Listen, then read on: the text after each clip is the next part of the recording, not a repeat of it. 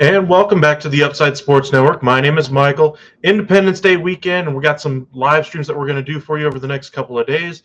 First off, we're going to go with the Kansas City Royals versus the Detroit Tigers. Both teams are kind of on the rebuilding mode, but it's Independence Day weekend, and we want to see some live baseball, so let's get it going. Now, the game's supposed to start here in a couple of minutes, but just kind of run through the lineups anyway. Tarek Skubal is the starting pitcher for the Detroit Tigers.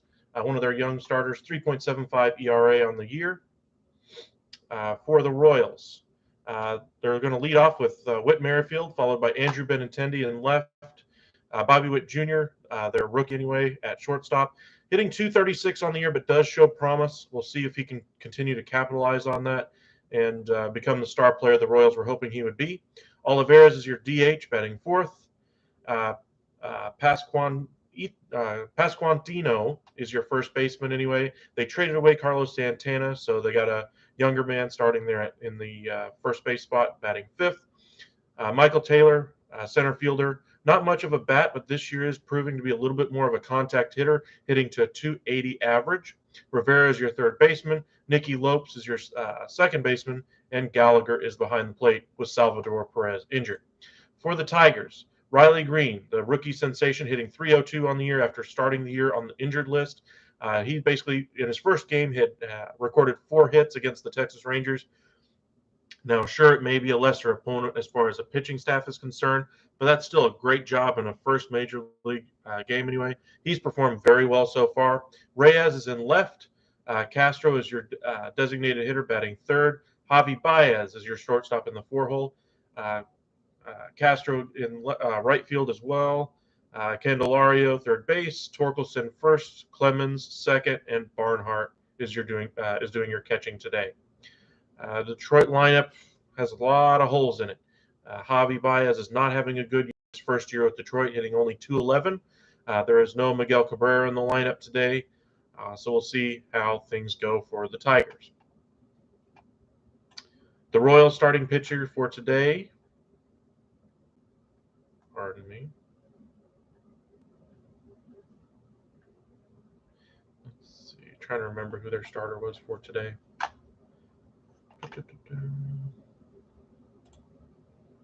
As the Tigers take the field,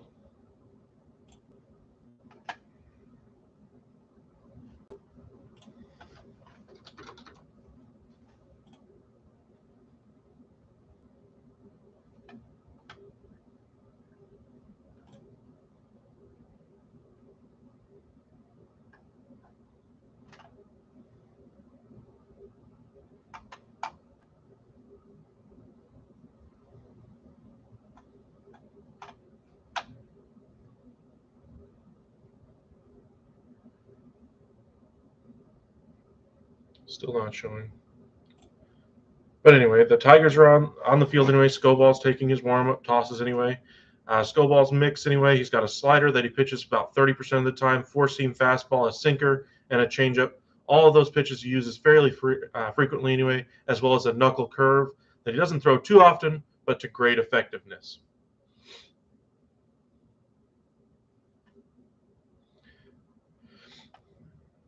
As you can tell by the title of this live stream, we're not just going to be talking about baseball, as we understand both of these teams are struggling this year, but it's good to have baseball on Independence Day weekend. Nothing more American than watching baseball on Independence Day. Happy 4th to all of you out there. As they show off Riley Green. The game is on Peacock, so if you have Peacock, you can flip over there if you'd like, but we appreciate you guys joining us. But as you can tell by the title of this video, we're not just going to be talking about the game. We're also going to be talking about NBA free agency, all the trade talk that's out there. Free agency, for the most part, is pretty much over. There isn't too much talent left out there on the free agent market. Trades are the name of the game this offseason. We kind of knew that coming in, as there was only 2 or 3 really high-profile free agents out there. Jalen Brunson, Zach LaVine, and now James Harden is still on the free agent market, but it's not expected for him to go anywhere. It's just a matter of what type of contract he ends up signing with the Philadelphia 76ers. Looks like we're underway. Skubal is set. Merrifield digs in. And the first pitch. Just off the plate by about 3 or 4 inches. 4-seam fastball. Merrifield hitting .233 on the year. You might remember he's been one of the most popular names around the trade deadline in almost every season since the Royals have dropped out of contention. Merrifield takes that fastball on the outside corner and drives it down the left field line, foul. 1-1 the count. But Merrifield not having his greatest year anyway. He does play pretty much every day. I believe he's over 500 consecutive games started anyway. Long way to go before we even get to the Cal Ripken Jr. Territory, but we must be obligated to say so since he's one of the closest ones right now. Slider, Merrifield bounces over it to third base, on to first.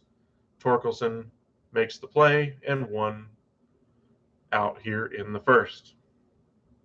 But Merrifield is one of the better trade candidates out there just because the Royals always seem to like to flip some of their older veterans, that kind of player. Merrifield, though, has been very loyal to them. We'll see if they end up moving him, but they do have a lot of young pieces that they can play now. Are the Royals still going to hold on to Merrifield, or are they finally going to turn in their chips and get some young talent back for him? Having a down year, so they won't get the best price for him. Benintendi digs in. He's having a very resurgent year this year for the Kansas City Royals. You might remember him as the number 7 pick by the Boston Red Sox a number of years ago. Was traded in the offseason to Kansas City, and so far this year, less pressure on him. He is performing. Knuckle curve, fly to medium right field, and 2 outs.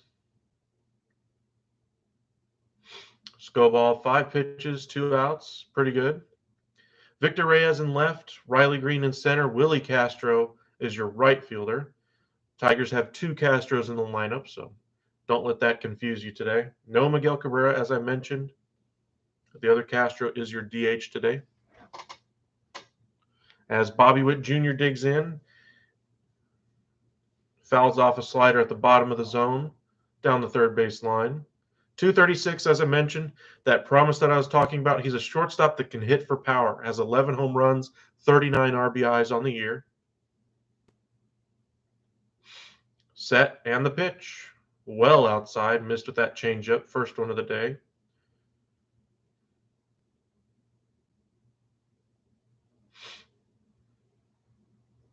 He does have over 10 stolen bases. In the last 30 years, there's only been 5 rookies that have had those kind of numbers, 30 extra base hits and 10 plus stolen bases. He is on that list. Julio Rodriguez of the Mariners this year is also on that list. He is performing very well.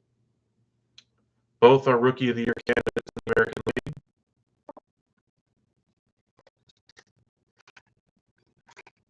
A tapper at the Scoball on the first, and Bobby Witt Jr. is retired. On the bottom of the first, in Detroit. Riley Green will be first up for them. Another Rookie of the Year since possibility getting 302 for the Tigers. He did miss over a month of the season due to having an injury in spring training. It was service time manipulation, old-fashioned service time manipulation, as other teams may have done in the past, as the collective bargaining agreement seems to incentivize teams a little bit more to stop doing that kind of a thing. But as it seems, it works out for the Royals, or in the Tigers' favor anyway, as because of injury anyway, they didn't have to deal with the social media fallout, that kind of thing, of holding back a player like Riley Green to manipulate his service time.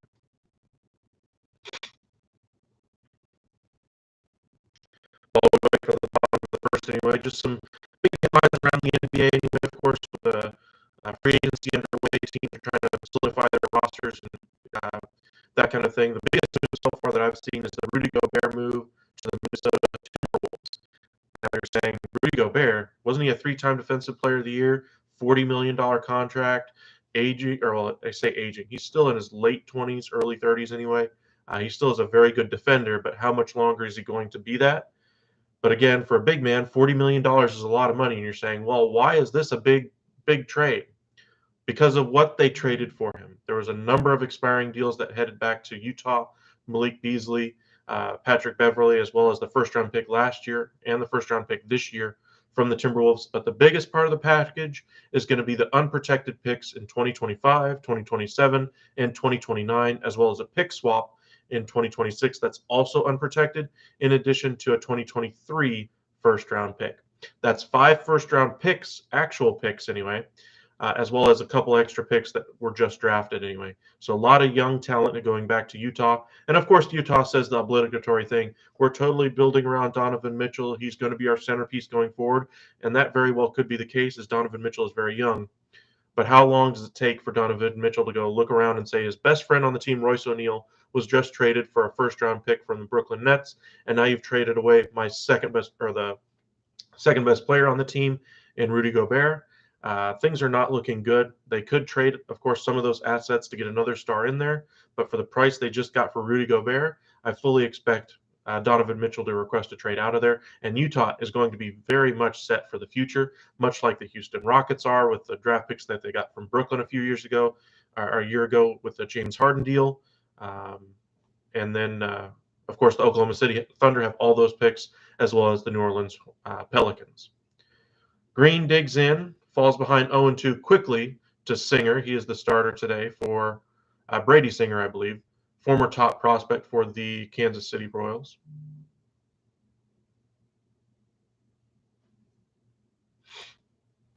Very low and inside. Green, a little antsy in the box after having an injury this spring training anyway. Still has looked very comfortable with the 302 average, very respectable. Singer misses low in the dirt, ball one.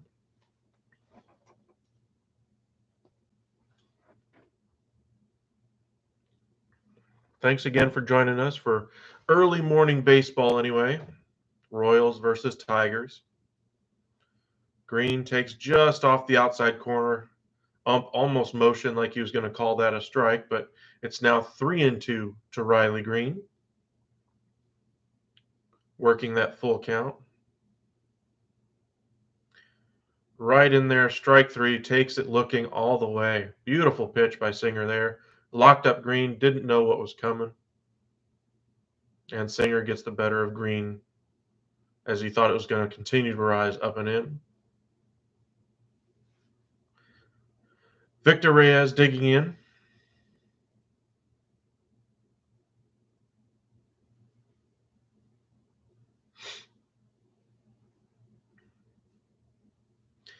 Yeah, that Rudy Gobert trade was absolutely insane. Just way too much of the future given up for Rudy Gobert. And you hear about the package that the Timberwolves were offering for Kevin Durant before they acquired Rudy Gobert was very similar. You'd figure a package like that could get a guy like a Kevin Durant, but apparently the Brooklyn Nets were wanting either Anthony Edwards or Karl Anthony Towns in return for Kevin Durant.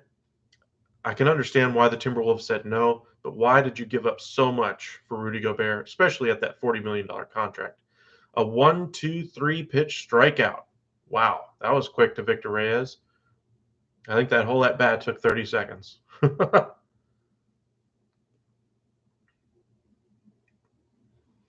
Harold Castro digs into the box. Says hellos to the home plate umpire.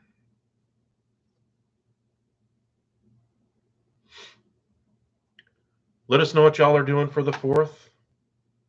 You seeing family, going traveling, going to the lake, seeing fireworks, going to an event, a concert, going to a party.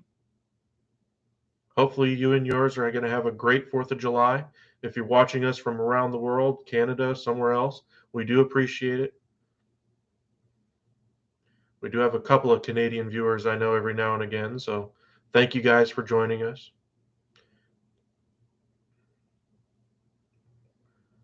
Castro bounces it through where the shortstop would have been if the shift hadn't been on, and a 2-out single by Harold Castro.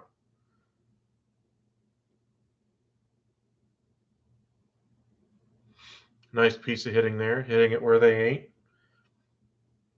Sounds easy enough, right? Then you realize you're going up against a major league pitcher that's trying to force you to ground it to the side where they've shifted everybody over to. That pitch on the outside corner anyway, you're expecting him to kind of roll over it to the first base side. Nope, he stayed with it and grounded it the other way and through the hole. Javi Baez digs in. Very much a swing and miss type of hitter. very much about the risk reward. 211 average, 7 home runs, 26 RBIs, 64 games, has missed a little bit of time here and there. But those numbers are very depleted based on what the Tigers were hoping for as far as production out of him.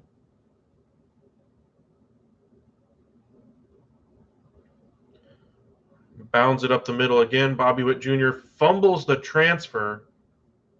That's an error. That should have been, he tried to do a flip with his glove to second base to try to get the lead runner. I don't know why. I mean, Baez was hustling down the line. If he had just set his feet and tossed it onto first, the inning is over.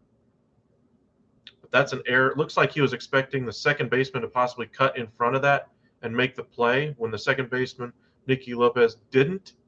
Bobby Witt Jr. kind of lunged at the ball, caught it in the snow cone of the glove, and then tried to kind of flip it over to second base, and that didn't work.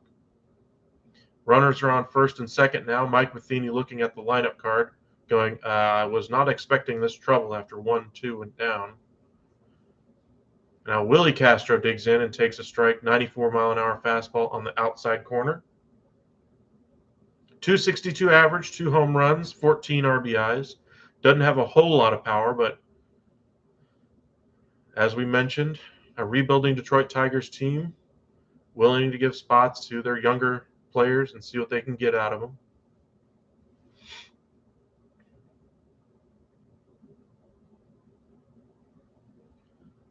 The pitch.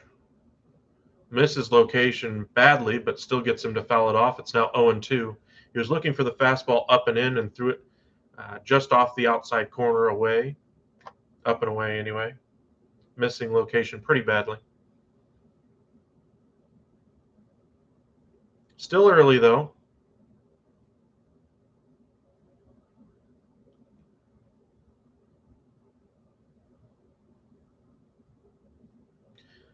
That one, they go up the ladder on Castro and get the swing and miss strikeout, the third out of the inning. Singer avoids trouble after the error on Witt. They're still calling it a hit at the moment. I'm not buying it. That's an error all the way.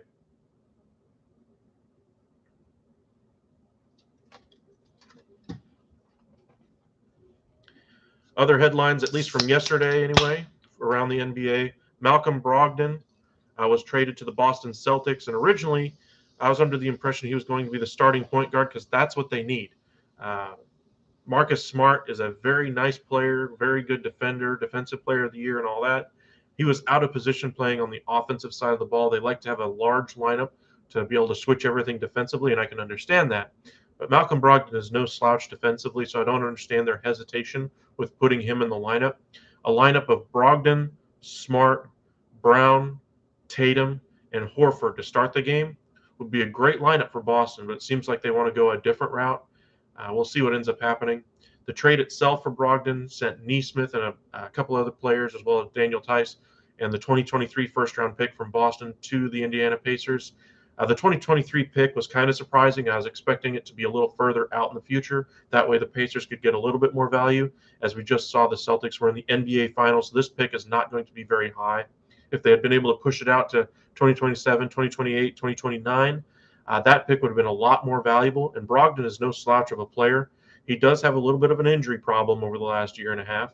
But when he's on the floor, 20 points, 8 assists, 50, 40, 90 guy, great shooter, great defensive player, and definitely a team leader. So I don't understand why such a low acquisition cost for such a good player, and especially to put him on the bench, or at least say you're planning on putting him on the bench. Maybe that's just lip service to give gratitude to somebody they're planning on taking out of the lineup. But as things stand right now, Brogdon to me should be a starter.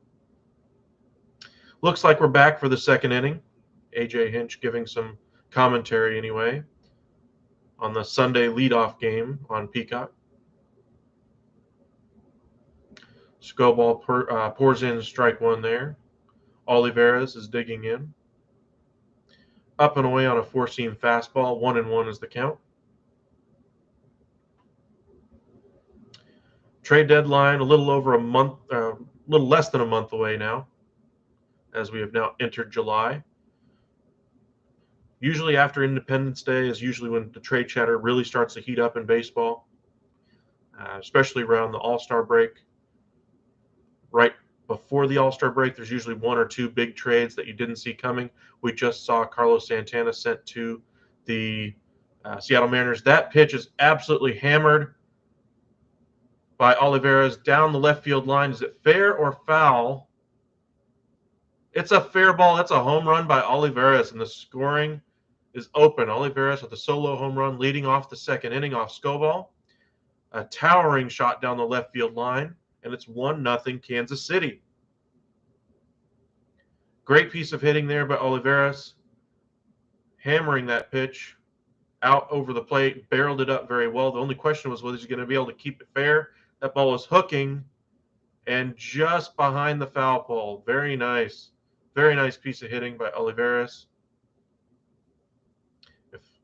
If Kansas City can get some of these young pieces to hit, they've got a lot of good up-and-coming pieces, high-quality pieces at the upper minors and on the Major League roster right now. Bobby Witt Jr. chief among them. If they can get them to provide some type of consistent performance, they should be set for years to come. Now, the fill-in for Carlos Santana is Pasquantino. 1-1 the count to him after he takes a mighty rip at that ball.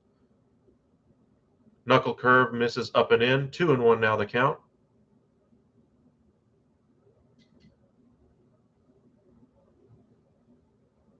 Jammed off that one, bounced it off his foot anyway. It's now 2-2. That home run by Olivares gives Kansas City a 1-0 early advantage here in the second inning. Skubal up to 17 pitches.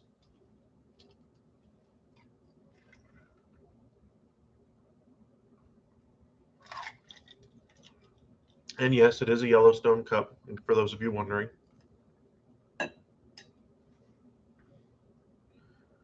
Just, and I mean just, off the outside corner. What a great pitch by Skubal there. If you're a pitcher, you want that one, but Robo-Ump would have still called that one a ball. Umpire did a great job on that. 3-2 the count. Skubal quickly delivers.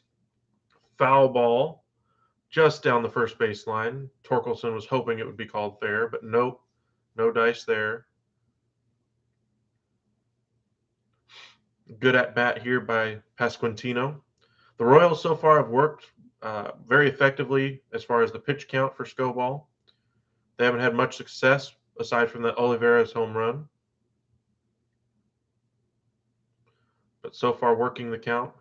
Beautiful. That was a great pitch again, and Pasquantino lays off. Skubal's a little miffed at himself for missing his location. He only missed his location by about that much. Maybe an inch and a half, 2 inches off the plate, 91-mile-an-hour fastball. Barnhart tried to frame it, but I'm sorry. Umpire wasn't buying any of that. And Pasquantino is on with the walk at first base.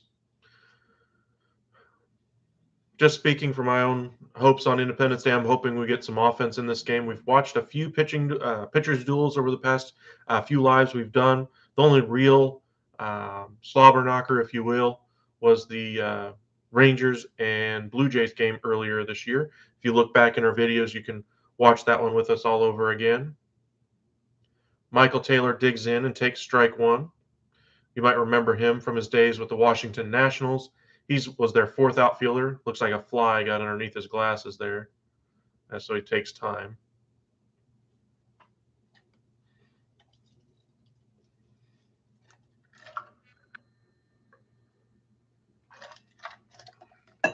Interesting note they just flashed on the screen. A.J. Hinch, the manager for the Tigers, played for both of these teams in his career. He was in the MLB for 7 years. Played 2 seasons for the Royals and 1 for the Tigers, so he does have history with both teams. As I mentioned, Taylor is hitting .280 so far on the young season. Swing and a miss there. It's now 1-2 to Michael Taylor. Definitely in a different career path now, different role on this team than he was with the Washington Nationals in their run to the World Series. Taylor set. Very even stance in the batter's box, takes well inside on that slider. 89 miles an hour off the plate by Skubal, and it's 2-2. The Royals hitters are definitely working the count.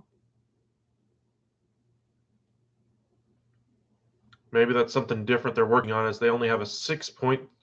The Tigers anyway have given up the second lowest walk rate in baseball this year.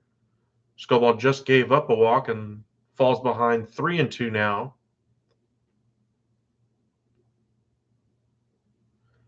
Pasquantino, the number 3 prospect in the Orioles organization, number 97 in all of MLB. That's why the Royals felt like it was time to move on from Carlos Santana. Hadn't heard of him before, but seems like he's got a very aggressive approach at the plate. Not a very fast runner, as he didn't even get halfway down the line on that double play ball to third base. But Michael Taylor, the center fielder for the Royals, beats it out. Nice flip by Candelario, just not quick enough. Ranging to his left, makes the throw on to second, and then the throw to first. Just, unfortunately, not in time to get the speedy Michael Taylor. There is one away, though. Very fleet of foot, Michael Taylor is. You might remember him as the pinch runner a lot in the postseason when the Washington Nationals did win their title. Emmanuel Rivera digs in.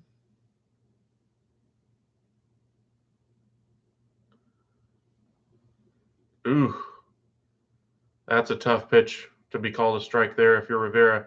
Just below the knees at the very bottom of the zone. That might have tickled the very bottom of the zone, but MLB is trying to get umpires to call a little bit higher strike. That was a pretty low one there. Skubal gets the advantage on this one. Rivera hitting 199 on the season so far. Toss over to first, and Michael Taylor barely takes a half step back and is safe in there.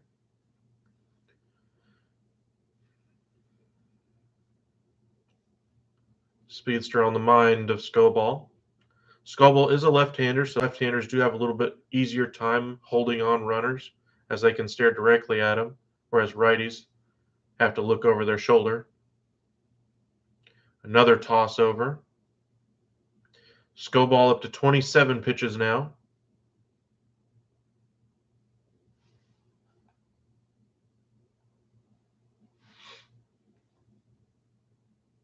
The set and the pitch. That was a very buckled up swing by Rivera. Kind of a half check swing. Do I really want to swing at this? That ball looked like it was going to be way high, but that changeup came right in at the top of the zone. Beautiful pitch by Skubal, both by location and messing with Rivera. Rivera does have 4 home runs on the year, 16 RBIs in 46 games played. Skubal delivers. Changeup low. Wasn't going to give him a pitch to hit there. The count goes to 1-2.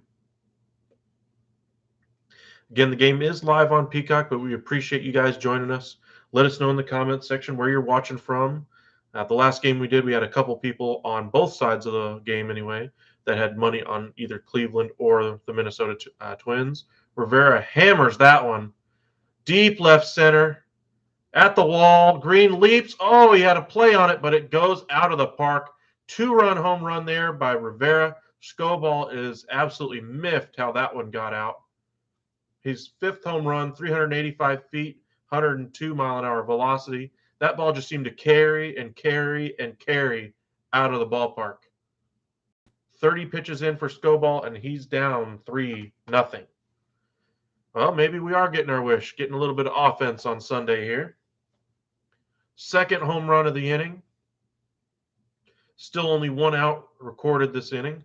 Green missed that one by about 2 feet. He would probably need an extendable arm to get up there, or to run straight back there, climb literally on top of the wall, and stand on top of it to catch it. Lopez fouls that one off his foot and hobbles around for a little bit. That one looked like it hurt. 0-1 the count. Royals an early 3-0 lead as they show the foul ball off the inside of the foot of Nicky Lopez. So far, a home run by Olivares to lead off the inning here in the second. Walk to Pasquantino, the first baseman for the Royals, And then Michael Taylor grounded a ball to third base that they were unable to turn the double play on. That left him on when Rivera just hit a 2-run home run. Royals lead 3-0. That pitch misses off the plate by about 6 inches on the inside. 1-1 the count. Skubal over his last 4 starts, an 8.84 ERA, so has come on some rough times, a 2.08 ERA in his previous 4 starts. Lopez hammers that one, diving play there by Clemens, unable to make it, but Lopez is on with that single to right. And I expect here to be a mound visit after Skubal's run into some significant trouble this inning. Home run, walk, ground ball, 2-run home run, and now a single by Lopez, the 8th-hole hitter. Even with the 9-hole hitter coming up, I expect a pitching a mound visit here. Looks like the catcher went out to talk to him instead.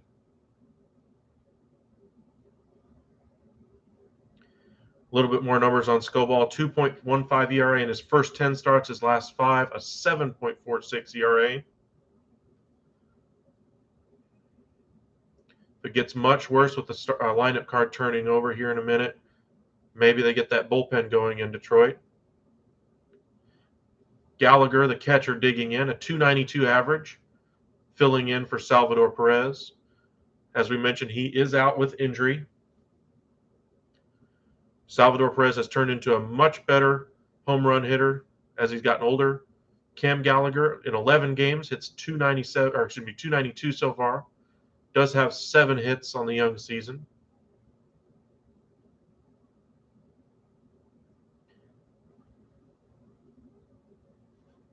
Salvador Perez could be a piece that's moved at the deadline, but I really don't expect it. He's the last piece remaining from their championship teams. But if somebody is moved, probably a Whit Merrifield would be the most likely piece, in addition to Andrew Benintendi. But he is still very young, so maybe they want to hold on to Benintendi. Barnhart makes a nice stop there. 1-1 the count now to Gallagher. Lopez does have some speed at first base.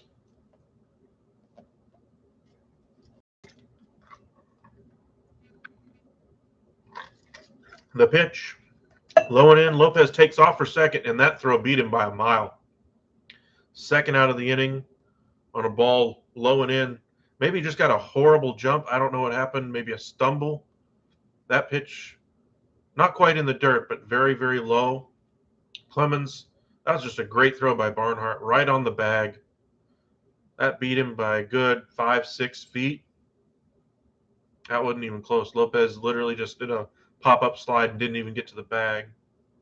Gallagher bounces one to short, on to first, and just like that, Skubal gets out of it. But 3 runs in the inning, a home run by Olivares to lead things off in the top of the second.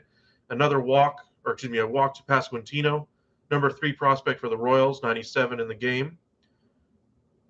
Ground ball that wasn't able to be turned into a double play. Unfortunately, caused more damage as Rivera was able to get behind or underneath one, and that ball just carried out of the ballpark, and that's where we stand, 3-0 Royals. Thank you guys for joining us. Looks like we got 11 of you guys right now. Appreciate every single one of you watching baseball on Independence Day weekend. As we mentioned, there's also NBA free agency and trades are going pretty much every day right now. One of the other moves that we haven't talked about yet anyway was the DeJounte Murray trade from the San Antonio Spurs to the Atlanta Hawks. 3 first-round picks and a pick swap in there as well as the expiring contract of Danilo Gallinari. Gallinari has since been bought out and is likely to sign with the Boston Celtics to give them some depth at that 4 position. More of an offensive player, but his feet are definitely starting to slow down. He's probably got a year or 2 left in the league as a pure shooter at this point. But the trade itself, DeJounte Murray, a much better defender, fits very well next to Trae Young, takes some of that defensive heat off of Trae Young, allows Trae Young to play against that worst player in the lineup, and allows them to play a little bit more versatile on the other pieces on the floor with Hunter and the young center. I can't remember his name, the guy that took over in the playoffs for Capella.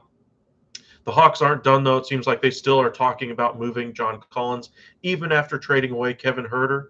Bogdan Bogdanovic is also another name I'd keep an eye on if you're a basketball fan, as pieces that might be moved by the Atlanta Hawks.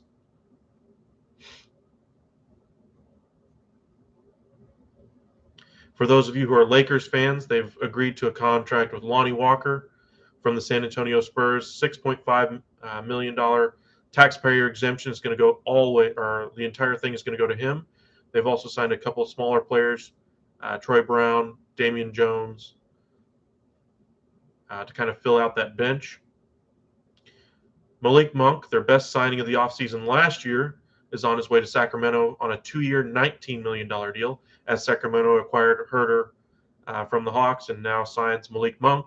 They've rebuilt their guard rotation after trading much of that away in the Domantas Sabonis trade.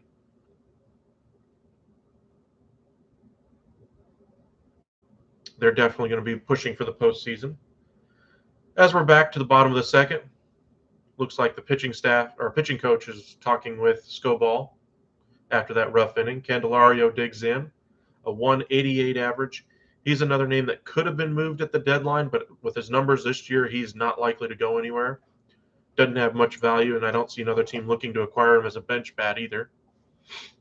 Singer misses with that one, and it's 2-1. Slider below the zone.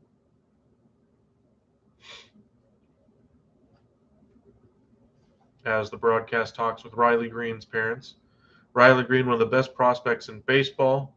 We've all talked about his hit tool in the past, and he's definitely shown that so far this season.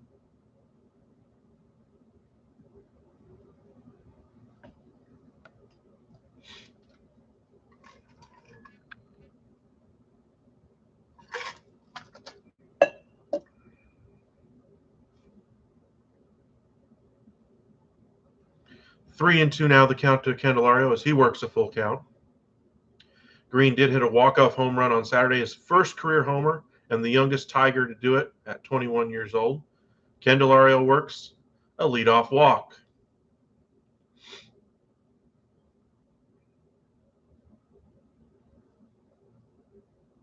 Riley Green due up fifth this inning. He's the leadoff hitter.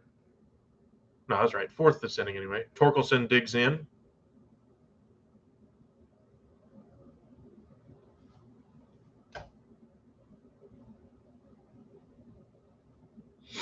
Another top prospect for the Tigers. He started the year with the team. He's at a 193 average.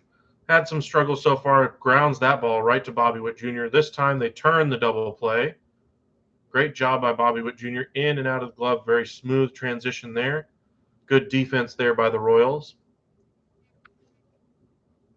Still haven't seen if they turn that play in the first inning from Witt into an error, but in my opinion, that was an error all the way.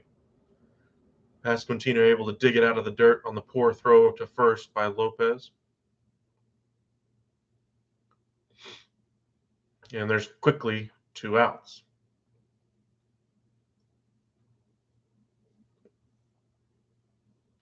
Clemens digs in, hitting 132. Cody Clemens. You might remember that name. Cody Clemens, son of Roger Clemens. That ball is driven to left field. Benintendi a couple of steps back, and that's the 3rd out of the inning. A nice shutdown inning there by Singer, and the Royals are on top 3-0. Our scoring so far in Olivares solo home run to lead off the top of the 2nd inning, followed by a 2-run home run by Rivera.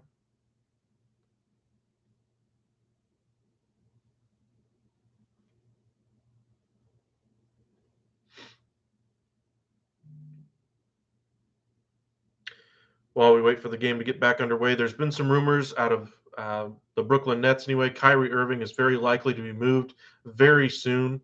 There's rumors that there's talk between the LA Lakers and Brooklyn Nets as far as movement involving Russell Westbrook going the other way.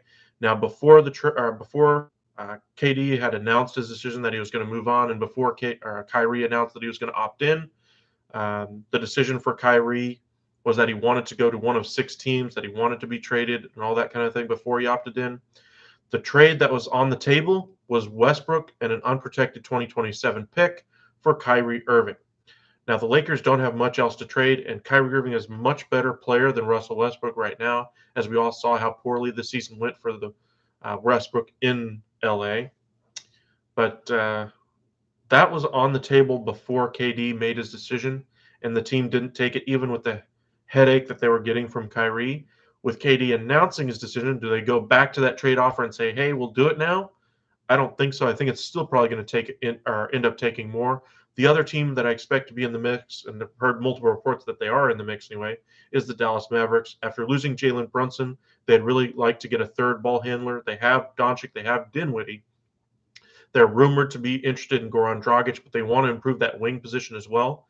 A trade for Kyrie Irving gets them another ball handler, and obviously frees up another roster spot as well. Maybe they could get that an additional wing that way if they move Bertans and Dinwiddie in the deal to the Brooklyn Nets anyway.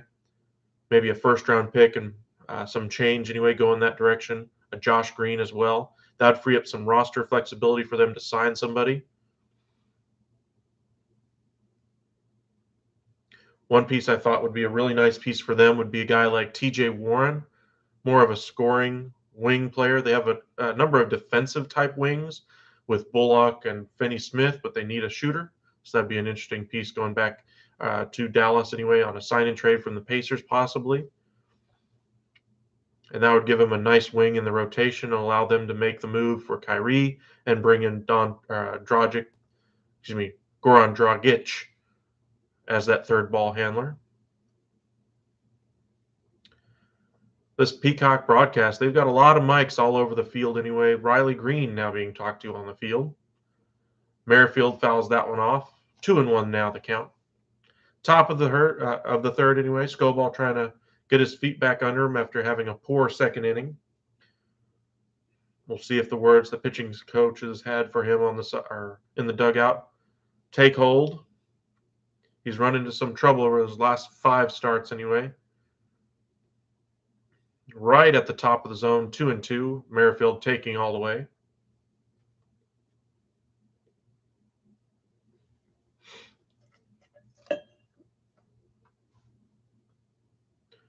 Very low and inside, almost off the shoe tops of Whit Merrifield. 3-2, yet another full count for Skubal.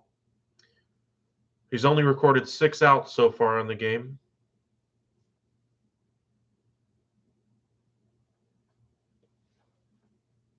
And the pitch. Ball 4. Struggled with command again there. I don't know what Merrifield's doing. He kind of took a walk like he was struck out, but then stopped, dropped his batting gloves and everything, and goes on to first base. That was a little bit of a different route to first base after a walk. A little weird.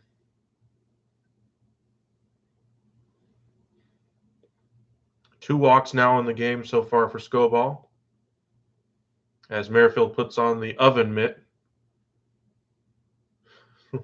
You see players put on this big old glove to protect their hand in case they get stepped on by cleats.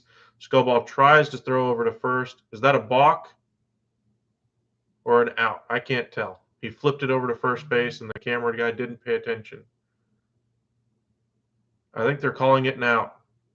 Yep, Merrifield did not get back in time. That was a nice play there by the first baseman, Torkelson. Merrifield, I don't understand that route back to first base either. He kind of took an outside dive, I suppose, but it was more of a out and then forward as opposed to just a straight forward to the outside corner of the bag. That probably cost him another half second, and every second counts when you're trying to dive back into a bag, and he gets picked off first base. Benintendi rolls over one to the shortstop, and now there's quickly 2 away.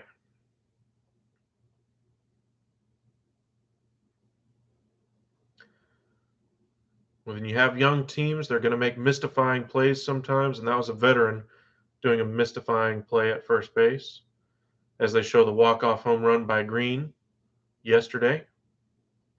Barely got over the wall, but that's his first home run, and that's good for a win. Bobby Witt Jr., a lot of youth in the lineup for both teams today. That pitch was well outside. Witt Jr.'s down to 235 on the season. Right down the middle, misses a sinker. That was a little bit of a hanger there, and Witt missed his opportunity on that one. Was late with the swing.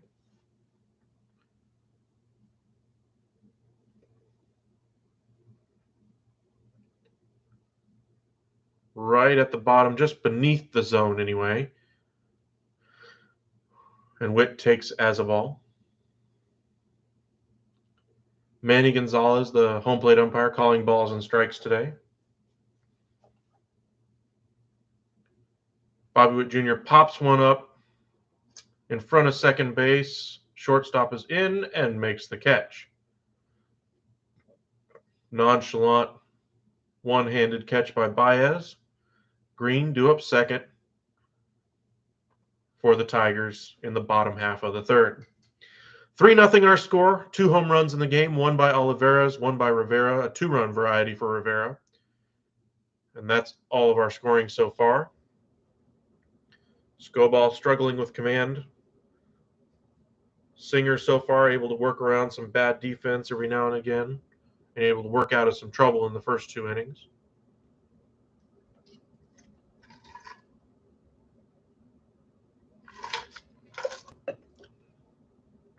Other headlines from around from the NBA. One surprise team in on Kevin Durant besides the Miami Heat and the Phoenix Suns has been the Toronto Raptors. Seems like KD is at least open to the idea of going to Toronto. I just don't see the package that gets him there, though. They have a number of pieces that would interest the Brooklyn Nets, but I don't see enough of those pieces going to Brooklyn to be able to satisfy that kind of a deal. Brooklyn is said to be wanting an all-star level player back, plus the package that the Lakers sent for Anthony Davis, or that the Rockets got for James Harden. They want much better packages than that, so we'll see what ends up happening there. But if they're going to expect an all-star plus that kind of a package, I don't see any team willing to give that. It seems like the best package that was out there so far was a sign-and-trade of DeAndre Ayton, Mikal Bridges, and picks anyway, along with Cam Johnson going to the Brooklyn Nets. That would keep the Brooklyn Nets at least competitive in the East, possibly competing for the 6, 7, 8 seed, especially if you make a move with Kyrie, getting back some guards in that lineup as well. Something like that would make a lot of sense for Brooklyn, as they don't have their picks going forward. So they're not going to have the ability to tank and be able to rebuild the roster quickly like that. They're going to have to stay competitive on the fly like they did in the past. After the trade they made for Kevin Garnett a few years back and Paul Pierce, Jason Terry, Boston's entire future right now is a complete thank you to the Brooklyn Nets. Jason Tatum, Jaylen Brown, thank you for giving Boston their future. But Brooklyn was able to rebound nicely, get some good positive production out of late first-round picks, second-round pick guys, guys who had not worked out in other locations. Spencer Dinwiddie was once a failed prospect of the Detroit Pistons, went on to Brooklyn, and Kenny Atkinson, who's now assistant coach of the Golden State Warriors, really coached them up when he was the coach there in Brooklyn. Really performed admirably, getting much more value out of these players than they had ever shown in their career prior. Karis LeVert owes a thank you to him as well. Jarrett Allen, another late first-round pick to the Brooklyn Nets. He's now on Cleveland. That entire group that performed so much better and actually got the Brooklyn Nets back into consideration for being a decent NBA team again was given away to bring in Kyrie and Kevin Durant. Then they gave away the rest of their future when they traded for James Harden. And now James Harden is gone, and their future is looking very bleak without Kevin Durant and Kyrie Irving. Strikeout there by Brady Singer.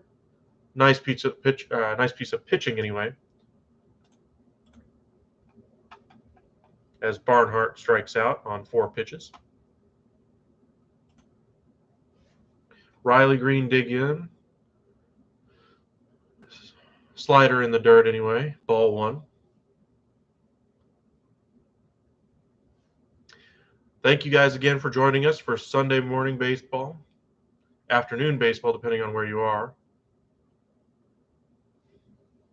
Not a balk there, I guess. A fly got into his face. Apparently flies are abundant there in Detroit today. There's a strike right down the middle.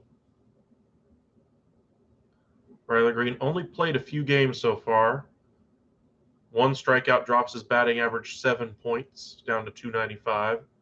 Takes low, ball 2, 2-1.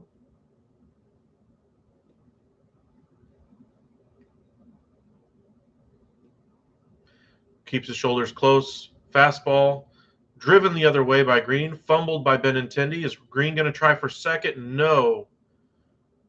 Oof. Riley Greene's dad, the camera panned to him, and he's like, "Why didn't you get to second on that play?" Dad's still trying to be a coach now that his son's in the MLB. Never stops when you're a parent. Never stop trying to cheer on your kid or help him improve.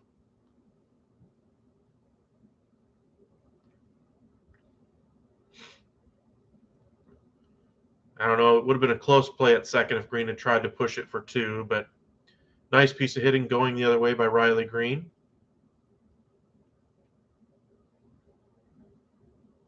Reyes digs in.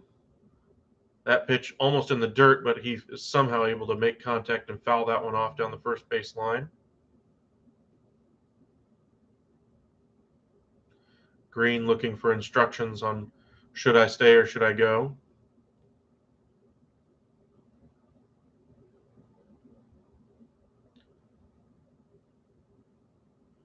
Nice pitch there by Singer. Swing and miss by Reyes, unable to catch up to that fastball. 93 miles an hour up and away on the outside corner.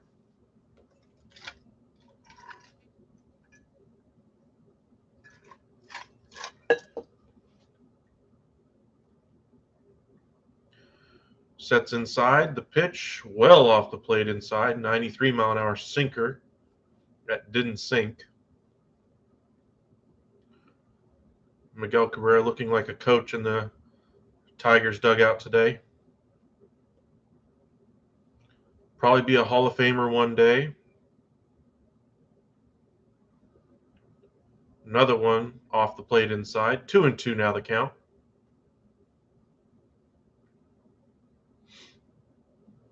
Bright sunny day in Detroit. I like how teams now have that batter's eye in center field. Allows the batter to pick up that ball a little bit easier, allow them to make more contact. Hasn't worked out as far as batting averages and that kind of thing, but it has improved home runs over the last few years since they made that change.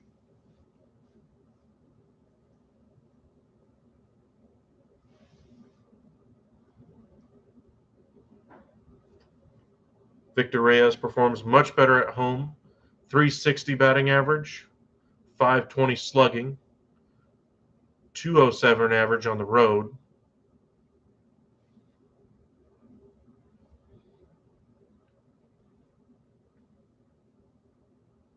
The pitch. Oh, that did not miss by much. In fact, that might have even tickled the inside corner. Reyes takes, but it's now 3-2. Can't cry about it if you're Singer, but you really wanted that one. That was a great pitch. With one out, does Greene decide to move on the throw?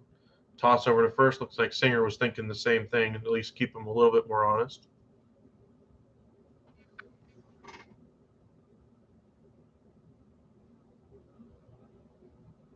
Traded to Toronto.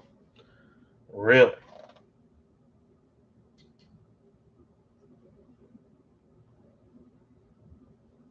I don't see anything yet. Nice hit there into center. Greene is able to hold on there. What was that? Greene was moving. Looks like they had a strikeout, and then just a horrible throw. The catcher is saying he got hit on the arm by the backswing. That might be batter's interference.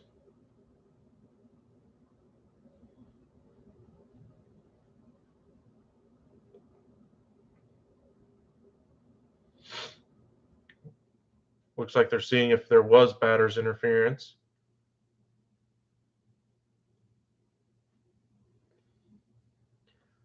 Riley Green was moving on the play and was able to move on to third with an errant throw by the catcher into center field.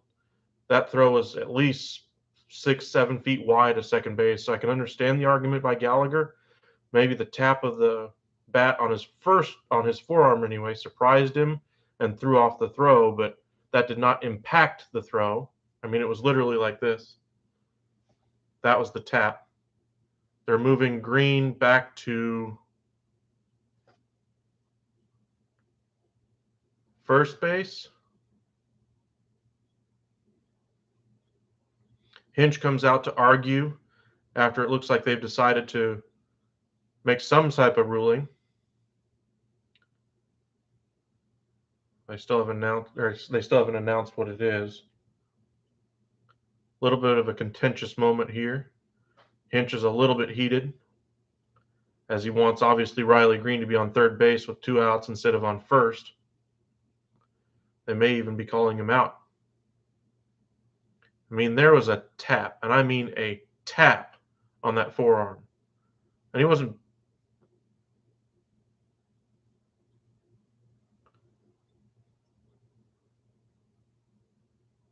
Okay, so they're moving Riley Green back to first base, so they're not calling him out on the play. They're just saying he can't advance on the throw because of the tap on the forearm of Gallagher. Interesting ruling there. I get it, you can't interfere, but in the same way a catcher can't interfere with a batter when he's swinging through the zone, I guess the backswing has to be out of the way of the catcher in the catcher's favor after that. 2 outs now as Castro digs in. Location is off, as you might expect after that delay. Sinker well outside, 92 miles an hour.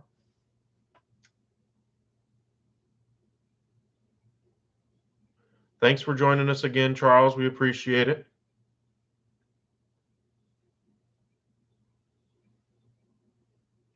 That ball was hammered by Castro down the first baseline, foul. 1-1 the count.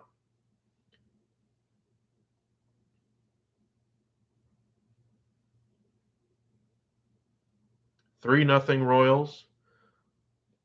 All the scoring in the second inning by the Royals. Leadoff home run by Olivares, and then a 2-run home run by Rivera.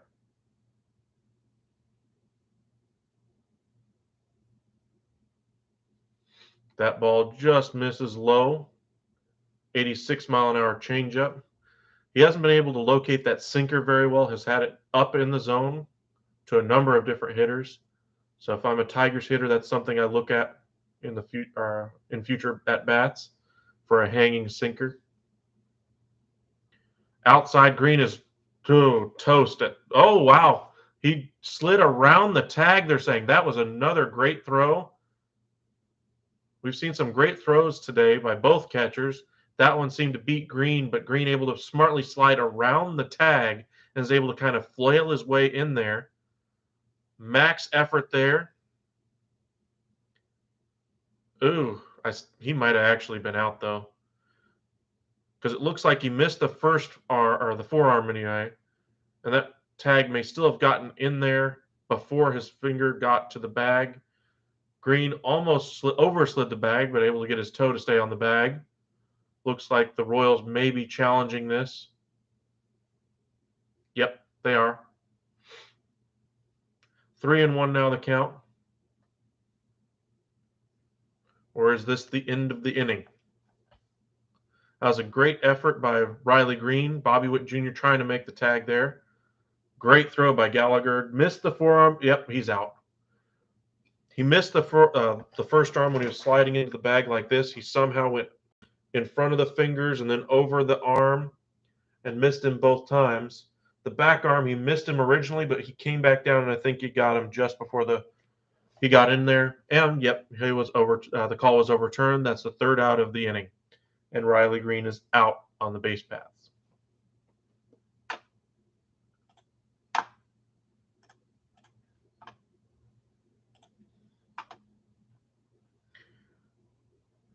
Nope, I don't see no move yet. I see a whole bunch of first-round picks have now signed their contracts anyway.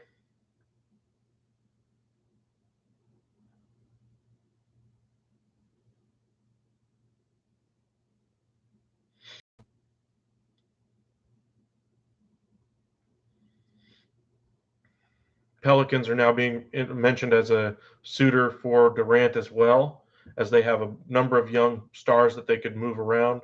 The Pelicans, of course, just acquired CJ McCollum at the deadline last year. They have Zion Williamson they just locked up.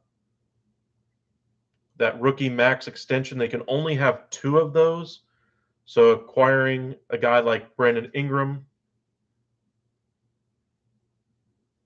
I don't know if they could acquire Brandon Ingram because they just traded for Ben Simmons. So they may not be able to get Brandon Ingram.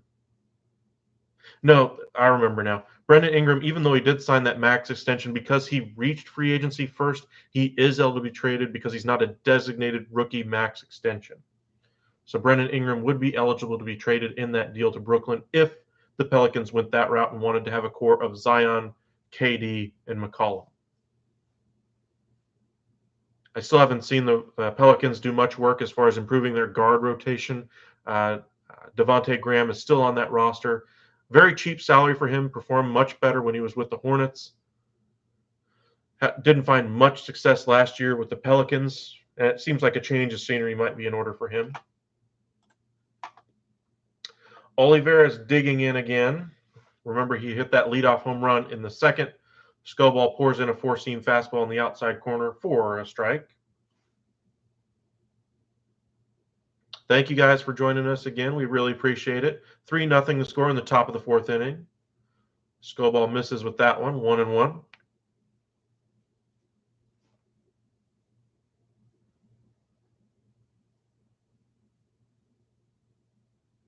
Oh, wow. Up and in, four-seam fastball just off the plate. Called a strike this time. He hasn't been calling that pitch just a hair off the plate on either side of the plate. Oliveira grounds this changeup on the outside corner over to Bobby Witt on to first, and 1 out here in the top of the 4th. Skubal able to retire Oliveira this time after giving up that home run in the second.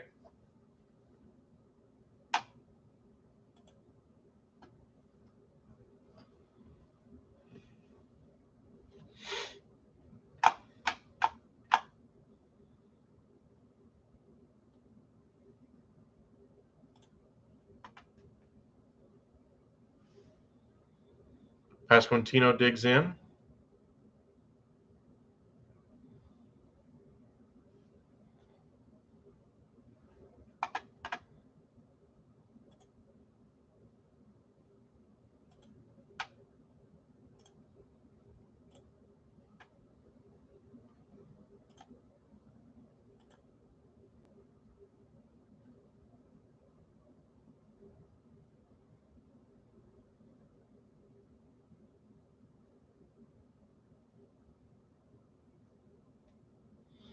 Rumor out of from Shams anyway is that the trade for both Kyrie and KD may take a couple of weeks to get done. That's the news that's just breaking right now. Kyrie has several suitors apparently that the Nets are done listening to his trade request anyway, as far as teams that might be interested. But of course, other teams still have to take note of that. 3 teams are in the running. The Lakers, the Sixers are the new team in the race, as well as the Mavericks.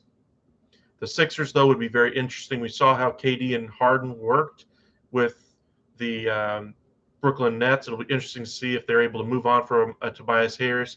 Maybe that's what they're trying to do as far as get another player in there. They still have to sign Harden to that contract, of course. So kind of keep your eyes peeled for those moves.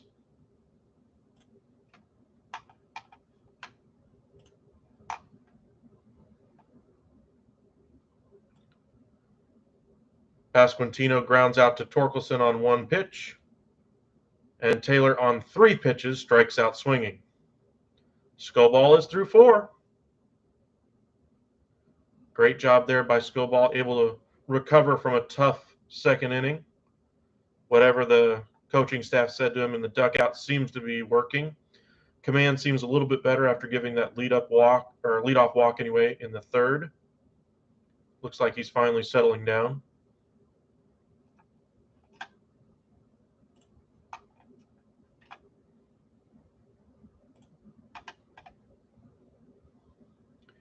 Durant apparently just made his first public comments last night anyway. teammates who knew what was going on in Brooklyn. They know what I'm here for. They know what I'm talking about. If you weren't in there with me, ask around. Keep dreaming, Robin. Apparently, he was asked a question by Robin Lundberg of Sports Illustrated. Interesting. Nets have also pulled their qualifying offer to Kessler Edwards. Seems like they're gearing up to trade both of their star players. Another report out from Brian Windhorst that there's very little interest in Kyrie Irving outside of those three teams, apparently. They're saying Kyrie's value has absolutely plummeted. They're viewing him as a pure rental because they don't want to give him a long-term contract until they figure out what kind of mindset he's in and what he wants to do going forward.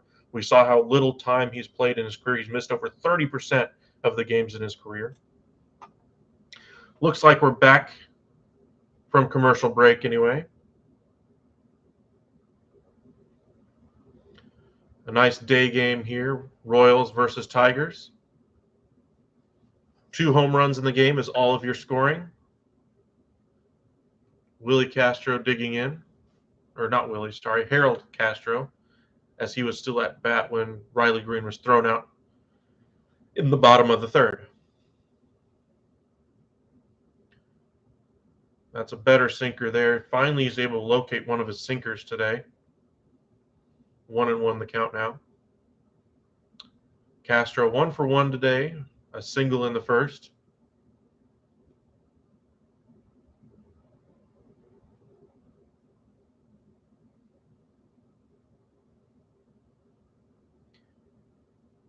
Fouls the pitch off, and it's 1-2. The pitch, just off the inside corner, a slider that time missed by about 3 or 4 inches, seeing if he could get Castro to chase. No dice. Singer up to 52 pitches through 3+ innings. Right down the middle, a sinker right there, a little bit of a hanger. Honestly, that ball has no break. Singer up to 6 strikeouts now. Like that, I don't even know if you'd call that a sinker. That looked like it more had some east to west movement than anything else. If anything, I'd almost call it a 2-seam fastball. Or even a cutter, but cutters move inside, not outside. That ball moved a little bit outside, so more of a 2-seam fastball approach. He's thrown that sinker 51% of the time. I'm wondering if they're mixing up what he's actually throwing on the broadcast. There ain't no way he's thrown that many sinkers.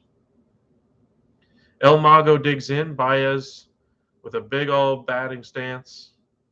Wags the bat around.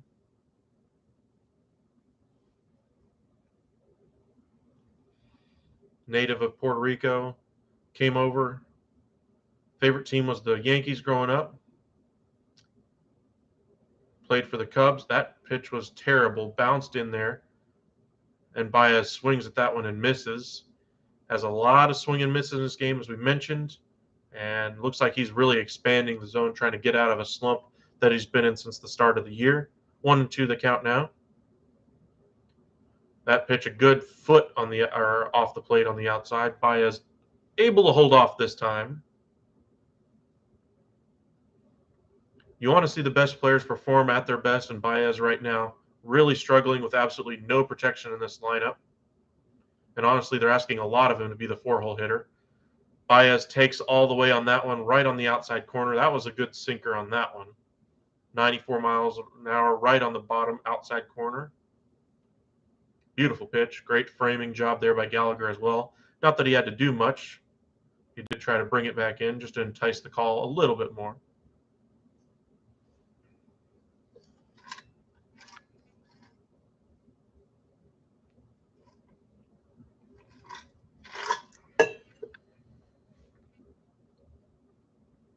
Willie Castro now digging in with 2 away.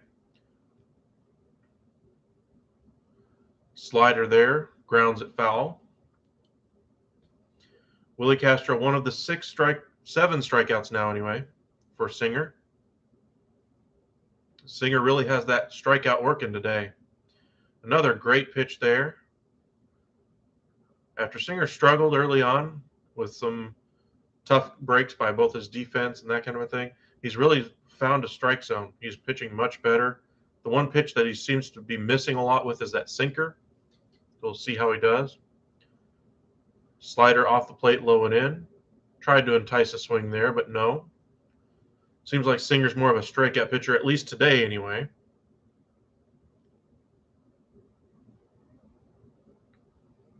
Good pitching performance so far for him. Quickly delivers, and this time does entice the swing from Castro on the slider, low and in, off the plate, and that's 8 strikeouts now for Singer. Great job by Brady Singer. That pitch was well off the plate, even further than the last one, but still is able to get Castro to swing. And we go to the 5th. 3-0 our score.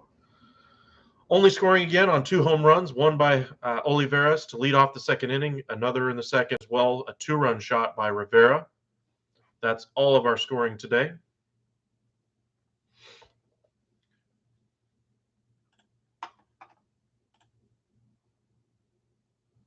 Just double checking, see if Charles has, or that information Charles gave us was right, but so far I see nothing. I'm with Shams on this one. This one's probably going to take a little bit of time as the free agent market is basically dried up. The only move yesterday, anyway, of any real consequence was the Darius Garland, anyway, 5-year extension, $193 million. Really stepped up when a number of different players were out of the lineup last year.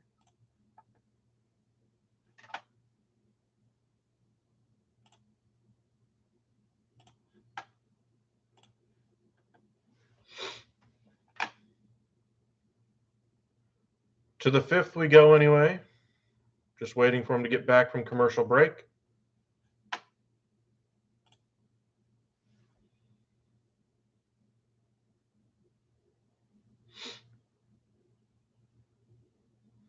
Thank you guys for joining us for some Saturday Independence Weekend baseball.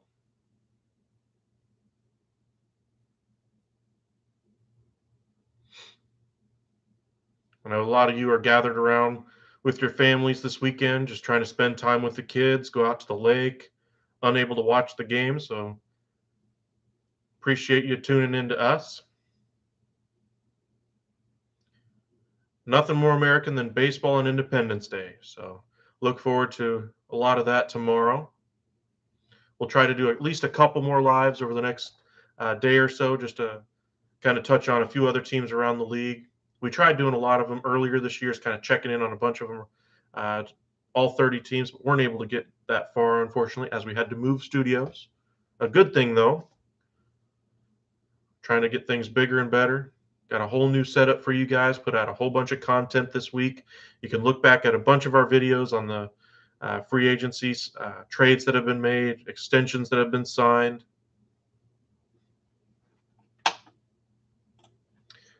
Looks like we're back. Rivera digging in against Skobal. Evens up the count 1-1. Rivera pounds that one into the dirt. Foul of third base. Candelario throws it into the gut of the third base coach there as he tried to flip it into the stands. That was very odd. Literally just hit him right square in the middle of his belly. Candelario, I think you missed the crowd by that much. 1-2 now the count to Rivera. Fouled off down the first baseline this time by Rivera, staying alive. Skobal hoping to avoid making a mistake here. Really could use a quality start after the last 5 starts have not gone his way. But he's being outdueled on the other end by Singer. Up and in to Rivera. That pitch almost hit him.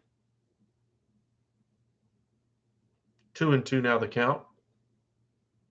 Rivera wearing the face shield to protect in case that ball does get too high. A lot of players are going with that, even without having the bad history being hit in the face. They just want that extra protection there. Why take the first ball and learn your lesson after it happens? Skobal misses off the plate by 6 inches off the outside corner. 3-2 now the count. Tigers broadcast anyway thinks it was fairly close. Sorry, it was not. You can try to convince us all day long by where that pitch was located on pitch tracks, but even by your own technology, that pitch was well outside. Up and away this time, it finds the strike zone, but fouled off by Rivera, hanging tough. Robo-umps will be a thing either this year or next. Manfred really wanted to push for it this year, but as we've seen, it's very difficult to get groups to agree on things. With baseball, we almost didn't have the season this year because of a collective bargaining agreement issue, but it seems like it will definitely happen by 2024. Pitch clock definitely coming next year as the minors are experimenting with it at each level of the minors this year, different types of it, but it seems to be coming next year. Robo umps, I believe, are in one of the minor leagues levels anyway. I want to say high A, but that technology is getting much better and has been for a number of years. It hasn't changed much over the past year, so they may have found something that works. Rivera this time lines it over the shortstop's head and dumps it into left field for a base hit. Leadoff hit here for Rivera. Skubal up to 67 pitches now.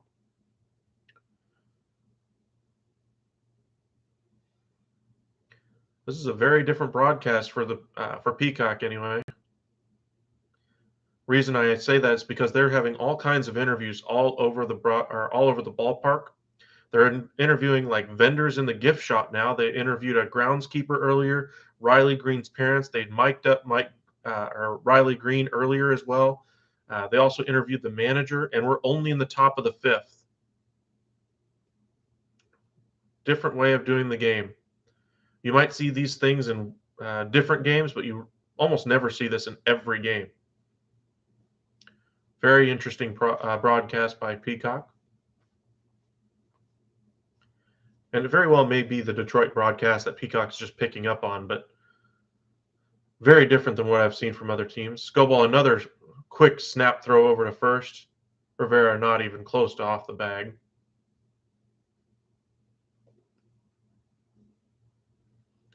Want to know the count to Lopez, who recorded a single his last time up, past the son of Roger Clemens into right field. Lopez squares around to bunt, pulls it back as that ball was well high, 2-0 the count. Royals trying to push across another run with the starter Skubal struggling so far today. Seem to pick things up the last inning and a half. So far in the fifth, again, struggling with command again. Lopez this time does get the ball down over to first. Skubal able to somehow manage to catch that on the run. He kind of caught it like this between his glove and his hand.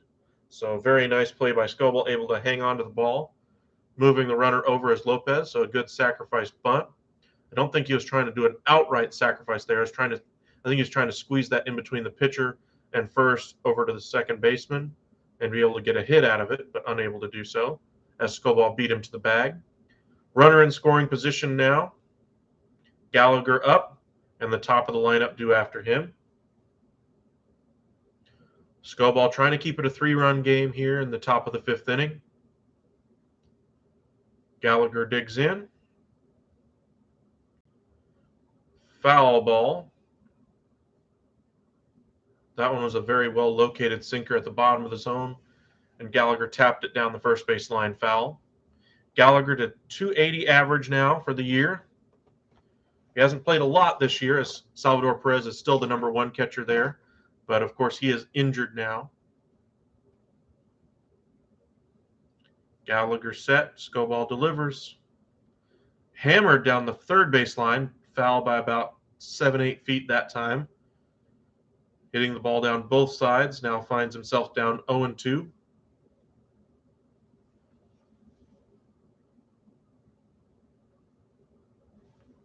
Whit Merrifield in the on-deck circle.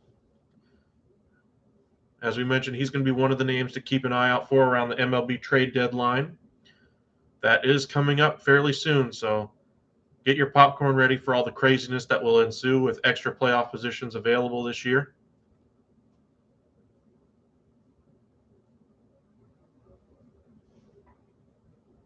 One extra team makes it each in each league anyway. Major League Baseball wanted to have a 14-team playoff anyway. I believe they ended up on 12.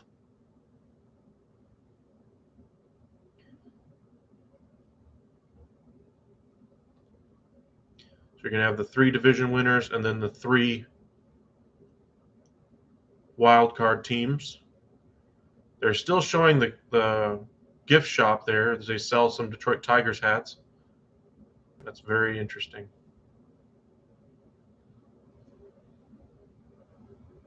It's just different. That pitch well outside, a snap throw down to second. Rivera easily back in there as Barnhart tries to gun him out. As you might expect, Rivera trying to get a good lead just in case a base hit to the outfield. You want to be able to score on that. Did he pop up off the bag? It doesn't look like it, but that was pretty close. 1-2 the count now to Gallagher. Gallagher fouls that one behind home plate, well up over the screen. Skubal up to 75 pitches. This is probably going to be the last inning of work for Skubal if he continues to struggle like he is.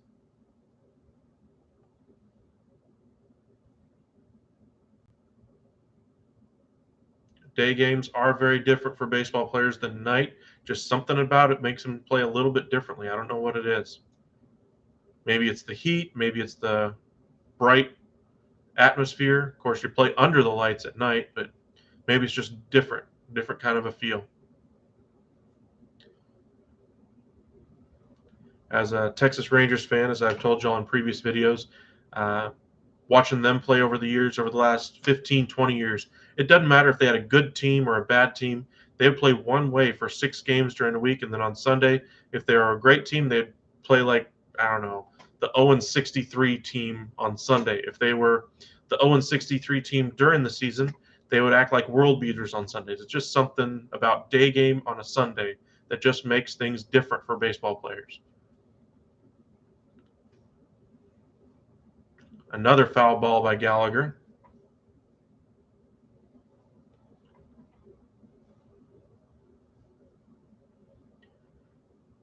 Another tough at bat by a Royals hitter today. This is the second time through the lineup.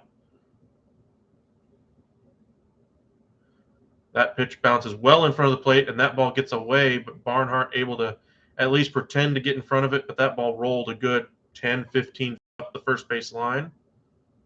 Rivera unable to move to third base, though. A little bit surprising there. Probably would have been a closer play than you might have liked, and why risk it when you're already in scoring position, I suppose, is the thought process there. 2-2 the count. The pitch. Finally the pitch. Gallagher drives that one to deep center. Nope, not deep center. Medium deep center anyway. Green makes the catch, and Rivera tags and goes to third. 2 outs now. As Whit Merrifield digs in. 79 pitches now for Skubal. More shots of the gift shop. I don't know what it is. Maybe it's, I don't know, employee of the month thing, I guess, for the gift shop. Maybe they're still interviewing him while he's checking out customers. I don't know. But this is very bizarre. I get a shot or two by a team requesting that you make some comment about the gift shop during the game, during the telecast. This seems like a lot. Whit Merrifield digs in. That's a ball well outside.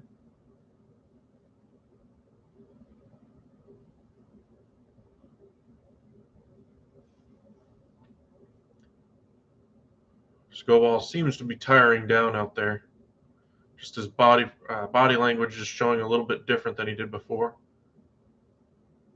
Barnhart surprised that one wasn't called a strike. He didn't even try to frame it, even though it was just off the plate, expecting to get that call.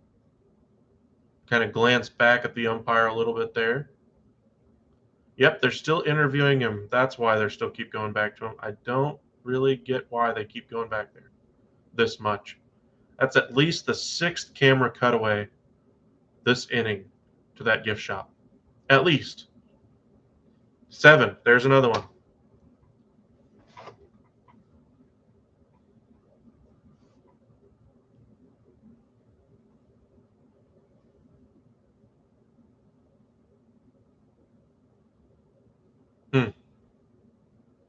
Bizarre. Merrifield, that's another ball well outside of the zone. 3-1.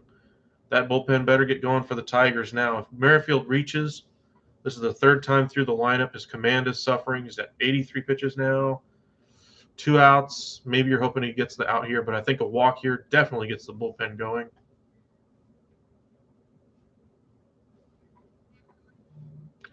Right at the bottom of the zone.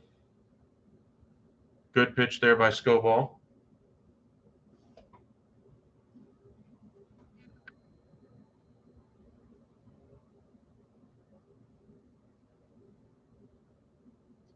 Former top prospect Manny Banuelos of the Yankees has been sold to the Pittsburgh Pirates. Team just announced. Merrifield fouls that one away. So even on a Sunday before Independence Day, teams are still looking to make improvements. Pirates, of course, are one of the worst teams in baseball and have been the last couple of years, looking to get some value out of a once top prospect. Merrifield in his career in Detroit has a .332 average, 9 home runs, 30 RBIs, and a .947 OPS. In case you're wondering, all those numbers are very good.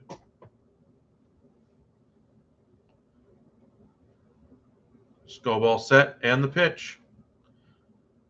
Grounded down the third base line, foul. He probably would have been safe at first. Candelario let it roll a little bit further to him, or bounce, I should say, a little bit further to him, as he probably would not have been able to get the out at first base. Rivera on contact froze for half a second, but still would have been safe at home if they went home with the play as well.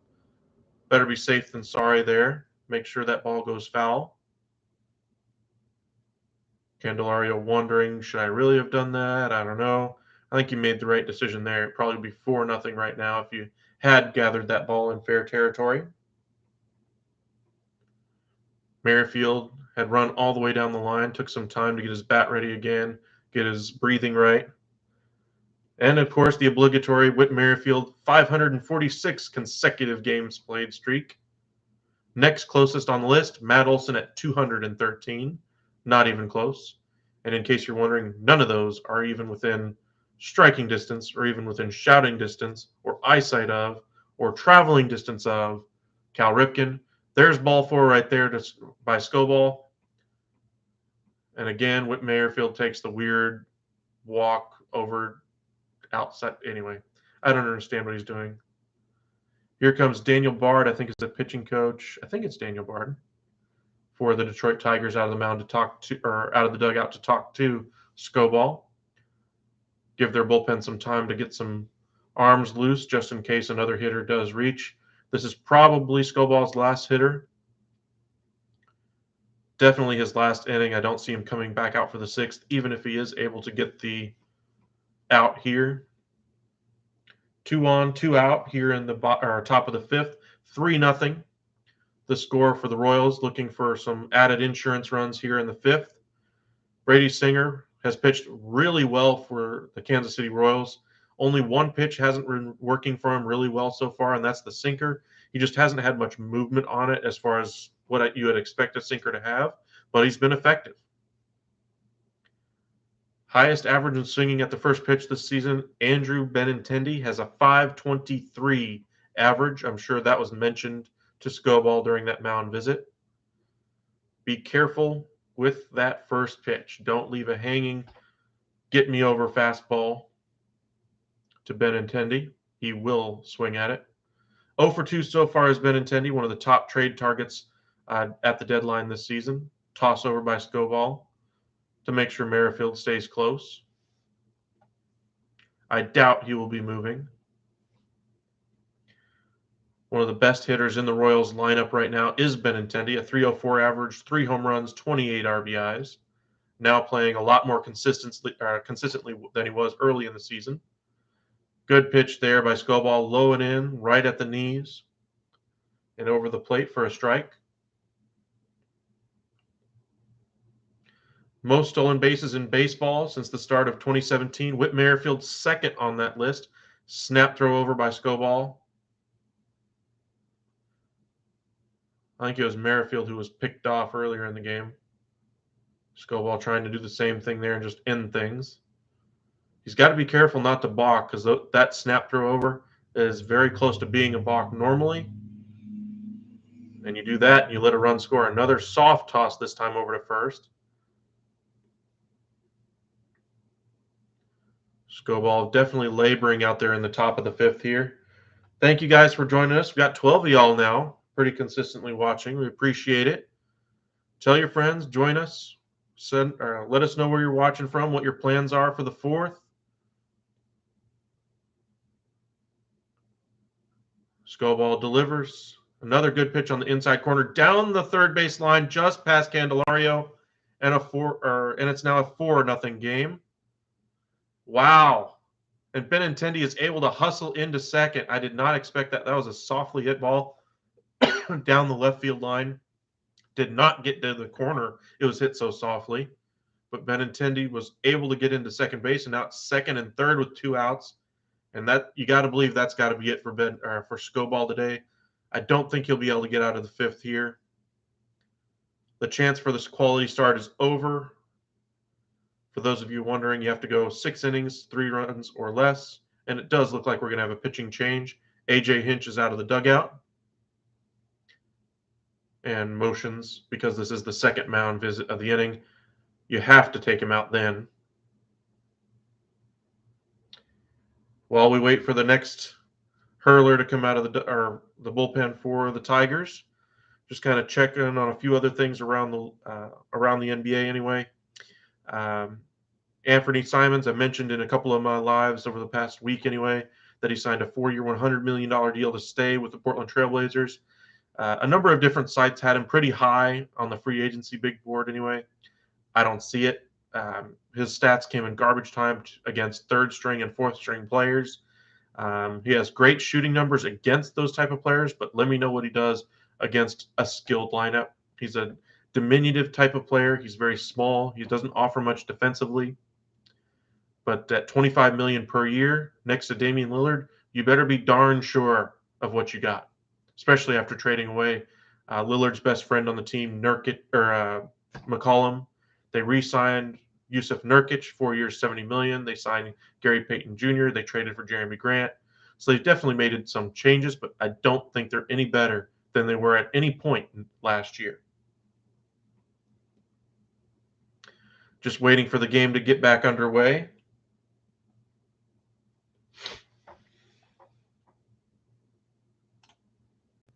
Looks like they're going to bring Willie Peralta out of the bullpen, a 2.35 ERA.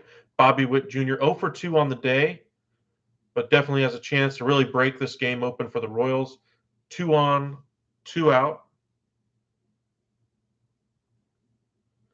Benintendi, the runner, at second. Merrifield, the runner, at third. Merrifield has taken 2 walks in today's game. After Bobby Witt Jr. comes Olivares, who already has a home run in today's game. That solo shot in the second opened the scoring for today. 4 2/3 for Skubal. Unable to get out of the fifth here. 5 hits, 4 earned runs, 3 walks, and 1 strikeout. The veteran Willie Peralta coming in to slam the door shut. Probably going to be a multi-inning relief outing here for Peralta, as they need to get some depth out of, or some innings out of him, some length. You don't want to deplete that bullpen going forward. Hinch turning to the veteran. 21 appearances so far.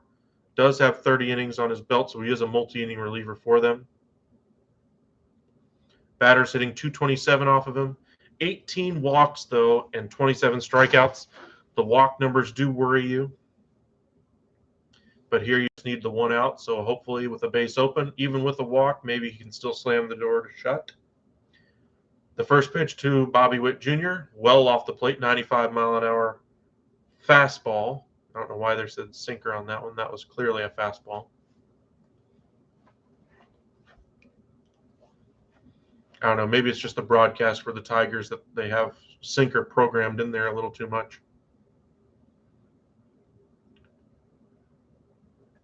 Slider in the dirt, 2-0.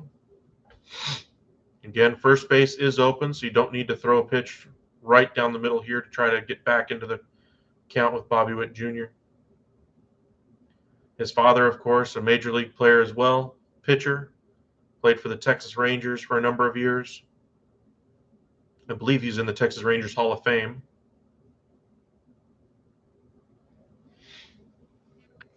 Appreciate you guys joining us for some afternoon baseball now. 32 extra base hits by Bobby Witt Jr. leads all rookies this year. Julio Rodriguez, who was brought up a little bit later, has 30. Or I'd say brought up later. He was brought up, missed a little bit of time with injury, has 30. 3-0 the count to Witt, and grooves a fastball right down the middle, 95 miles an hour. Witt taking all the way. Trying to pick up that delivery a little bit more before he uncorks one.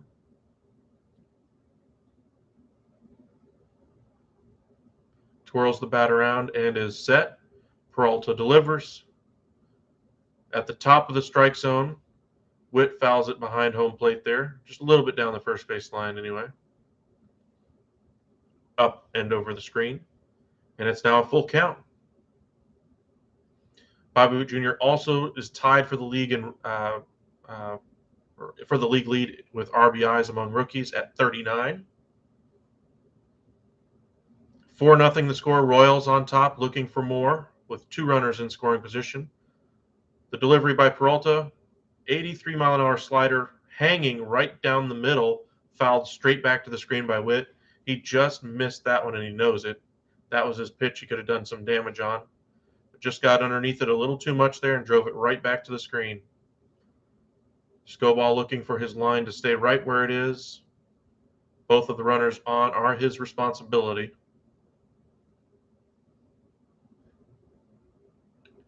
And that's ball 4 in the dirt, and that one gets away, but Barnhart able to keep it close enough. And now the bases are loaded. As I just mentioned, Peralta does have an issue with walks. That's his 19th walk of the year to only 27 strikeouts. 19 walks in 21 innings pitched. Or excuse me, in 30 innings pitched in 21 appearances. A little bit troubling there. Detroit as a bullpen as a whole anyway had the 3rd lowest ERA before today. We'll see if that holds. Of course, if Merrifield and Benintendi score, those runs will be charged to the starter, Skubal. Olivares digs in with the bases loaded, nowhere to put him. Ball 1 there in the dirt. That one was a sinker that sunk too much. Olivares, that was his 3rd home run of the year, hitting .304 on the year.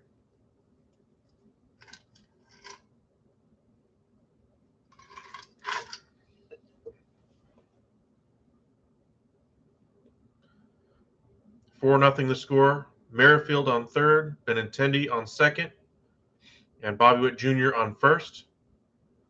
That's ball 2. Behind is now Peralta. Eek.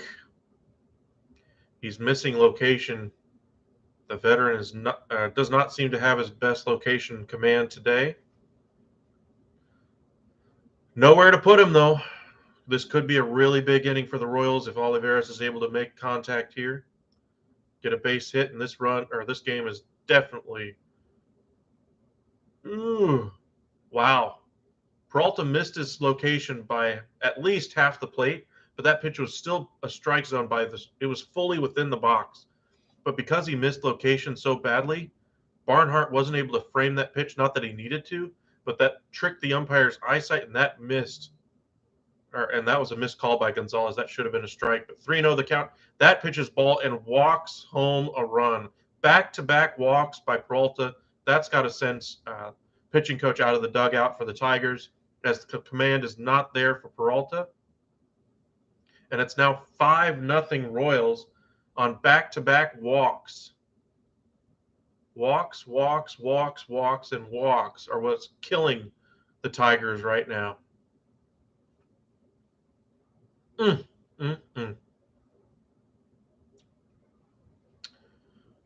that run will go to Skobal.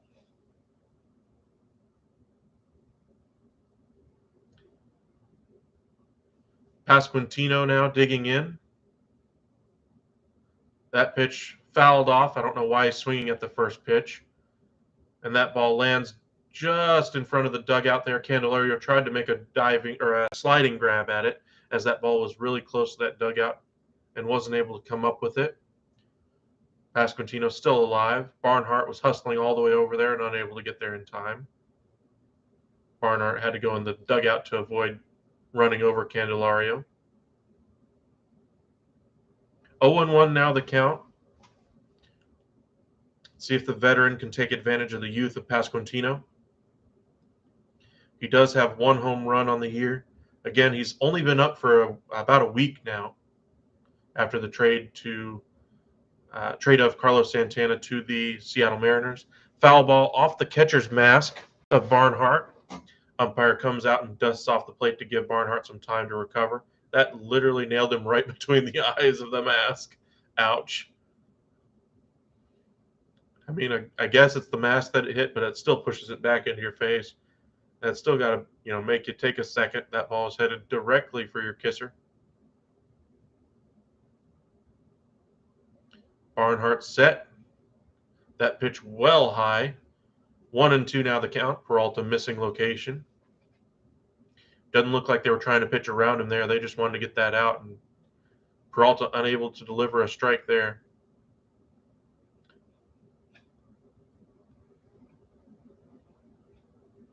Using the PitchCom software, it looks like is Barnhart.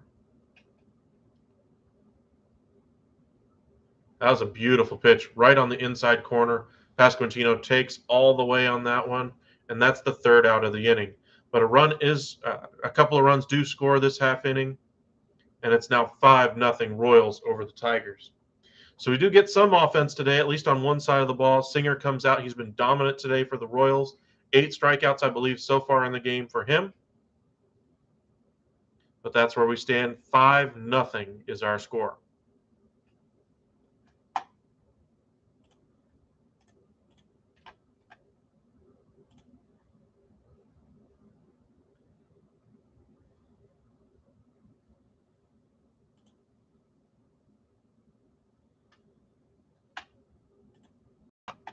Appreciate all of you guys for joining us. Charles, unfortunately, I don't think Kevin Durant will be traded to Toronto, at least not right now.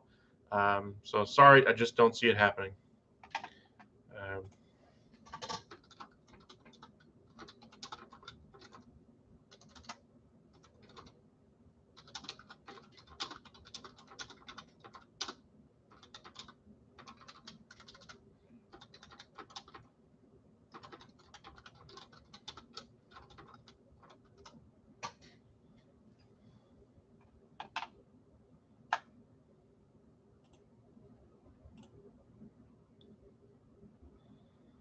Watching some day baseball anyway. Game did start very early. Peacock does get the leadoff game on Sundays anyway. Start at 11 o'clock, first game of the day. 2 younger teams looking to get some better performance out of their younger players, develop them, get them a little bit better.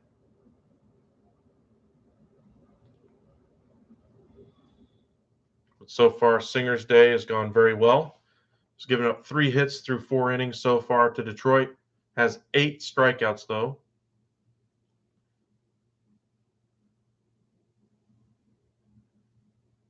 And now they're interviewing a chef, I guess, at the ballpark, showing off some of the ballpark eats that you can get. This has definitely got to be the Detroit broadcast. Very different for them. Maybe it's the Independence weekend broadcast that they're trying to talk up some of this. Candelario digs in, takes strike 1 right down the middle from Singer anyway. Good pitch there. As they show off what looks like pretzel bread and a burger, onion bread and a burger, and a big old chili dog. Candelario serves that one into left center field, right where the shortstop usually would have been. But that probably gets by a shortstop there. That was a very nice piece of hitting there. Just to the left of second base from the batter's eye anyway. From the batter's box, not the batter's eye.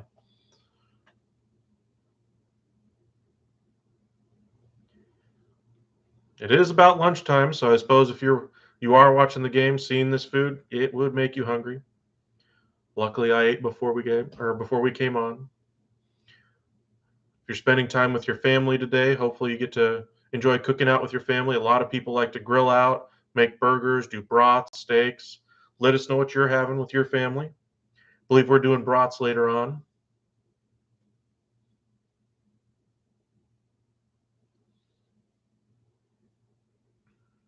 I know we're thinking about doing some turkey or maybe some ribs or brisket tomorrow.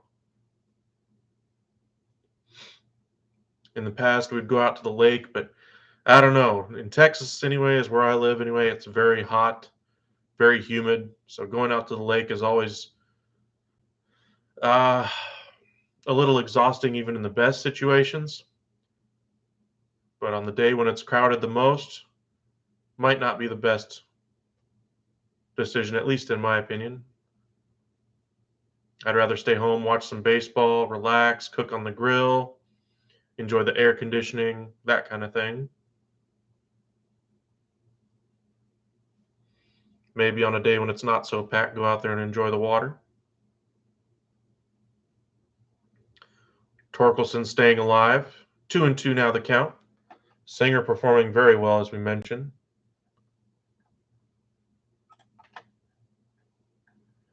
Just looking at the box score. 4 innings pitched, 4 hits, 1 walk, and 8 strikeouts for Singer. He has a 4.03 ERA on the year, including today's results so far. He is at, I believe, 68 pitches right now. A little bit more manageable than what Skobal was at the end of his outing in the last half. That's a ball well inside at the knees of Torkelson. 3-2. Top prospect for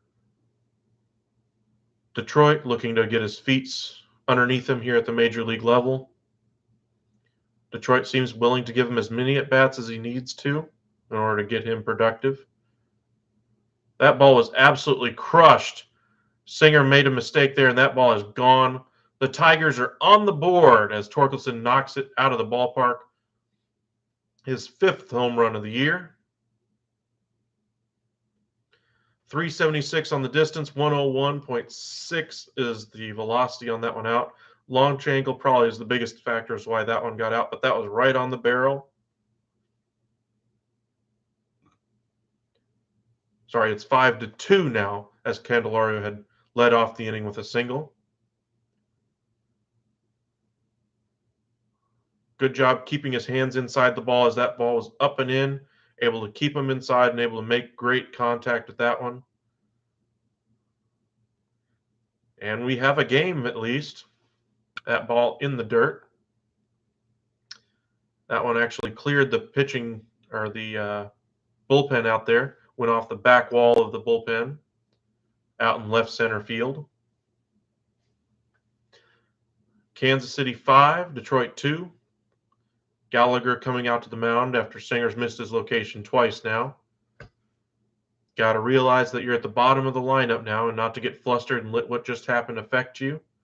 Cody Clemens, the son of Roger Clemens, the 3rd time I've mentioned that, because his batting average does not indicate that there's a reason to keep him up right now. He's hitting, I think, 132 or less right now on the team.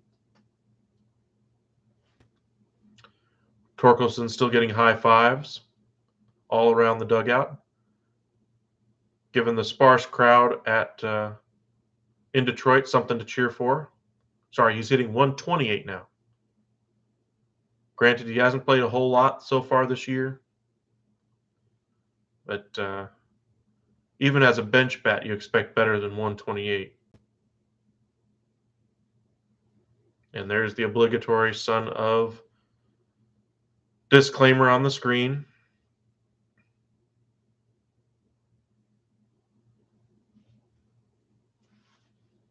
Two and one now the count.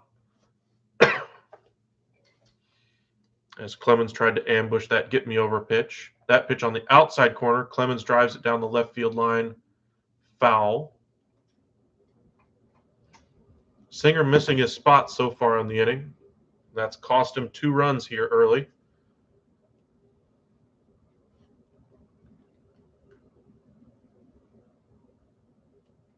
Cody Clemens wears number 21, giving a player profile on the screen. From Houston, favorite player growing up, Derek Jeter. As you can probably imagine, probably got to meet Derek Jeter as his father was on the same team as him. And wears number 21 because of his dad, the Rocket. Roger Clemens and Barry Bonds, of course, did not make the Hall of Fame. That was a lot of the headlines before the season. Would they finally be able to get in on their last year of eligibility? That ball is just outside, and Clemens is able to hold off on that one. Got to cheer for a guy trying to make it in the MLB. Even if you're a fan of the other team, you want to see young guys finally have some success. You can't imagine how much work they put in trying to get to this level. You want to at least have some success, have a story to tell the kids as you get older. And there's a ball there by Singer's. Singer's really struggled now with his location here in the fifth. The wheels are coming off the bus a little bit. Was dominant through 4, but struggling now. Walks the number 8 hole hitter, hitting 128 on the year. Yikes. Barnhart digs in. Home run here makes it a 1-run game. So Singer, you got to be careful here not to ruin this performance that you put together so far by letting the wheels fall off here in the 5th. No outs recorded so far. Barnhart swing and a miss at a slider down and in. Right on the corner.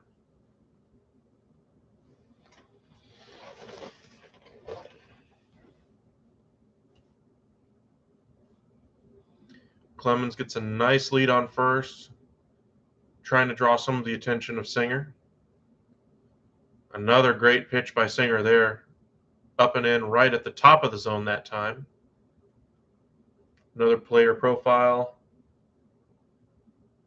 Chipper Jones was his favorite player. For Tucker Barnhart, wears number 15 because his dad was a Thurman Munson fan. Interesting. Not too many people you see take the number of their dad's favorite player. They might have taken their dad's number, college number, or major league number.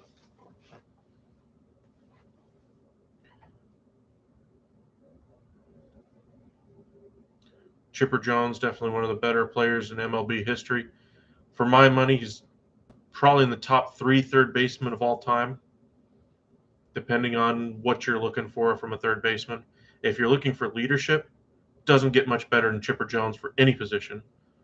Probably one of the best leaders ever at that position. High quality character guy, shifted to left field because of positional need for Atlanta at times. But I always remember him as a third baseman. Another ball there by Singer as he misses location. 2-2 now the count. You do not want to walk Barnhart here. That would not be a good thing. That probably brings out a mound visit. That's a great pitch right on the inside corner, up and in, and Barnhart, all he could do is just stand there and go. 9 strikeouts now for Singer. Barnhart looked at Singer, just that ball across home plate, like, really? You're going to throw that pitch to me? That was kind of funny. Riley Green digging in. Remember, he was thrown out trying to steal second back in the 3rd. Uniform, all kind of dirt all over it after diving back in a couple of times and then getting thrown out at second. Strike 1 there to Green. 1 hit raised his average from 295 to 311. So as you can see, he hasn't played a whole lot after missing a bunch of time due to injury to start the season. That pitch a little low. 1-1 the count to Riley Green. 3rd time through the order here for Singer. Nowadays, that's a rare feat to allow a starter to get too much deeper than that. Usually 2 times through, and they're yanking you. Riley Green hammers that pitch. Center field in front of the track, though. Taylor is there to make the catch.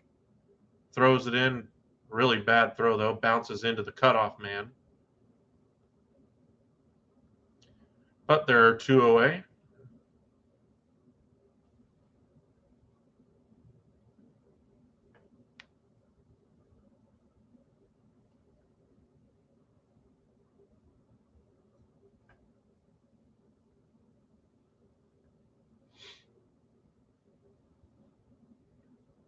Victor Reyes digs in. 2 strikeouts so far for him on the day. Looking to finally have some success. The third at bat here against Singer.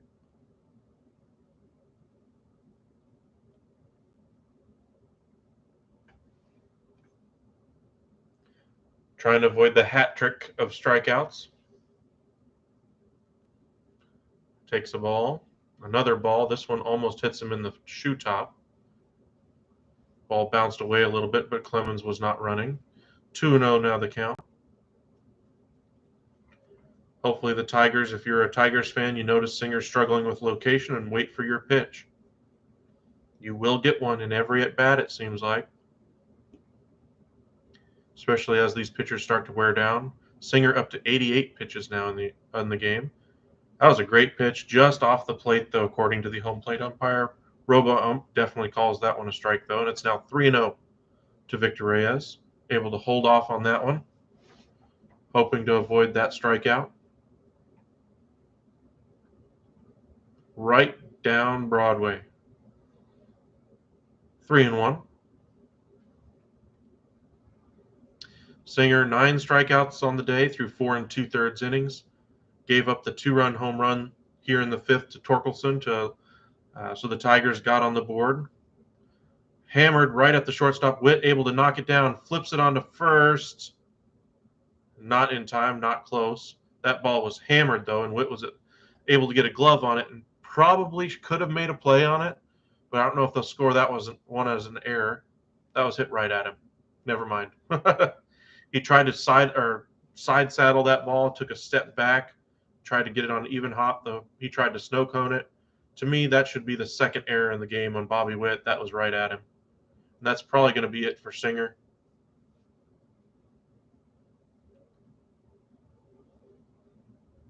Or do they give him a chance to pitch out of it? They're all looking down towards the bullpen area. But no motion has been made yet. It's not Matheny out there, it's the pitching coach. So it'd be rare for him to make a pitching change without having the manager out there. Looks like it's more of a pep talk, talking to everybody, saying, hey, Singer, you've got 9 strikeouts, you pitched well. Sure, you gave up the home run, but we're still here in the 5th inning, and we got a 3-run lead. Let's close the door. Hey, look, I did it. That's pretty much exactly what it looks like he said.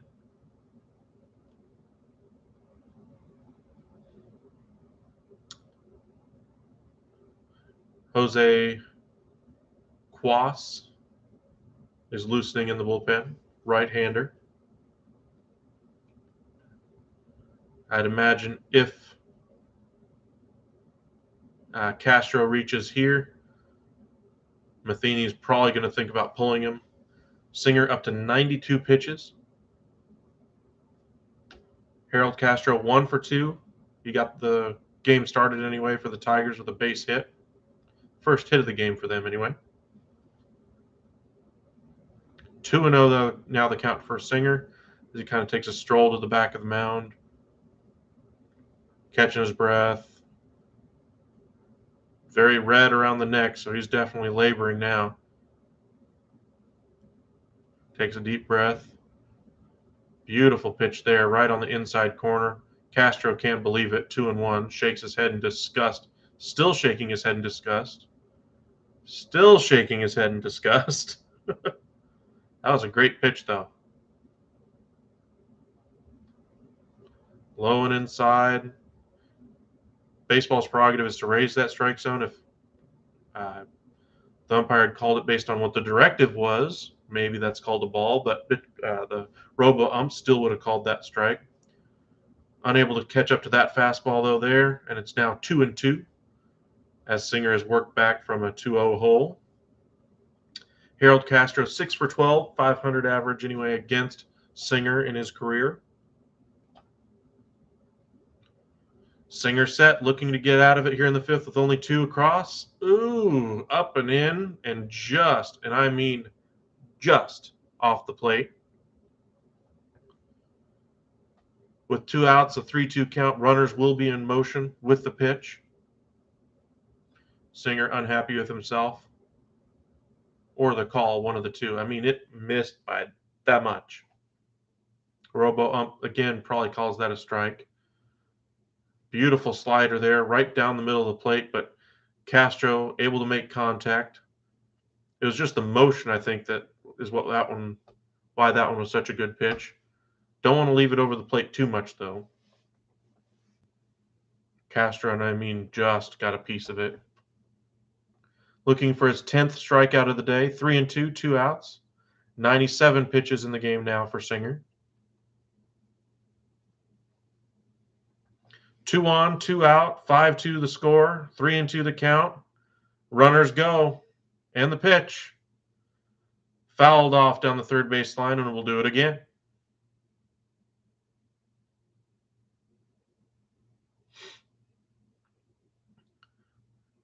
Singer sweating profusely as it is the middle of summer. Stress getting to him this inning. Already gave up a 2-run home run this inning. Runners on first and second, 2 outs, 3-2 is the count. And as we mentioned, runners will go. The set. Runners go, and the pitch. Oh my. That was a horrible framing job by Gallagher. That was definitely within the strike zone, but that was called a ball. Singer stares down the home plate umpire after getting the ball back from Gallagher. Matheny is out of the dugout. I mean, I get it. He missed his location. But that was a strike. That was strike 3. That should have been a 10th strikeout. The Royals should be in the dugout.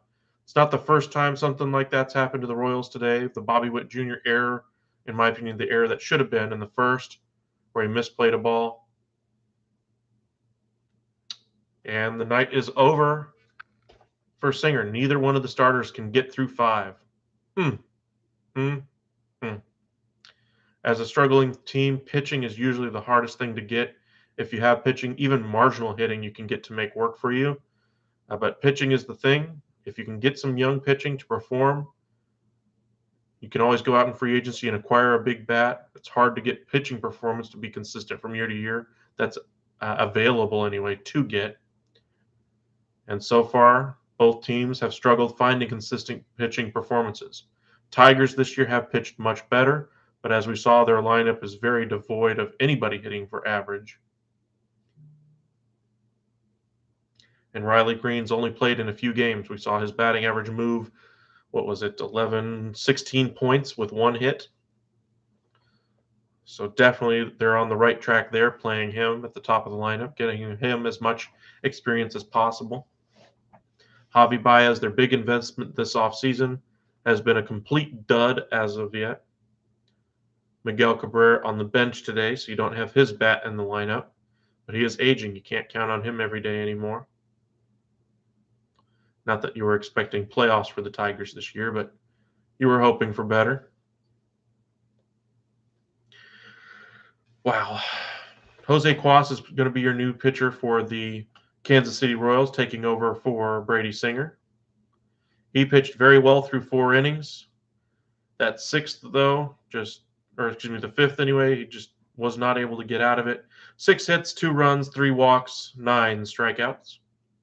Should have been a 10th on that one there, but Gallagher unable to hold that pitch where it was, and home plate umpire did not call it a strike. Tied his career high with strikeouts. 5 on the sinker, 4 on the slider. Singer already on the bench, looking back through his days, shaking his head, wanted that last one.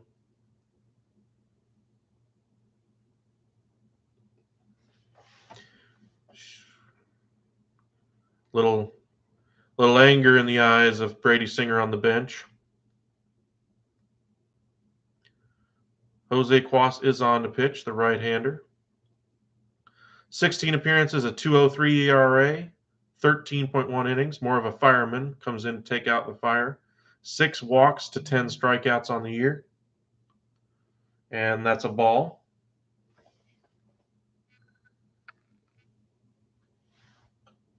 Javi Baez up there with a chance to do some serious damage. Does have 7 career grand slams. Has 1 this year as well. I believe we actually caught that in the game that we watched earlier this year in one of our lives. 1-1 the count now. Home run by Baez gives the Tigers the lead, so Tigers fans hoping for the best. The set and the pitch. Sidearm delivery. Baez drives it to right field.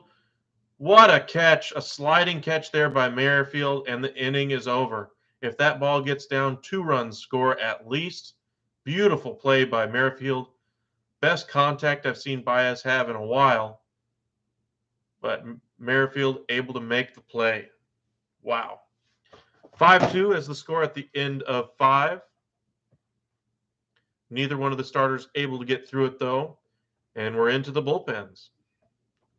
Tigers, of course, have the 3rd best bullpen in baseball this year by earned run average at least. So we'll see how much success they have against a rebuilding Royals club.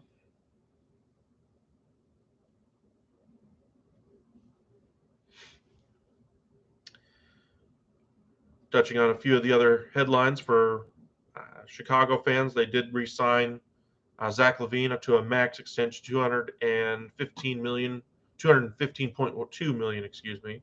They also signed Andre Drummond to give him some depth. That was the one thing they didn't really have a lot of last year, was depth. Toronto Raptors, we've mentioned them as far as being interested in Kevin Durant. They agreed to a contract to Otto Porter Jr.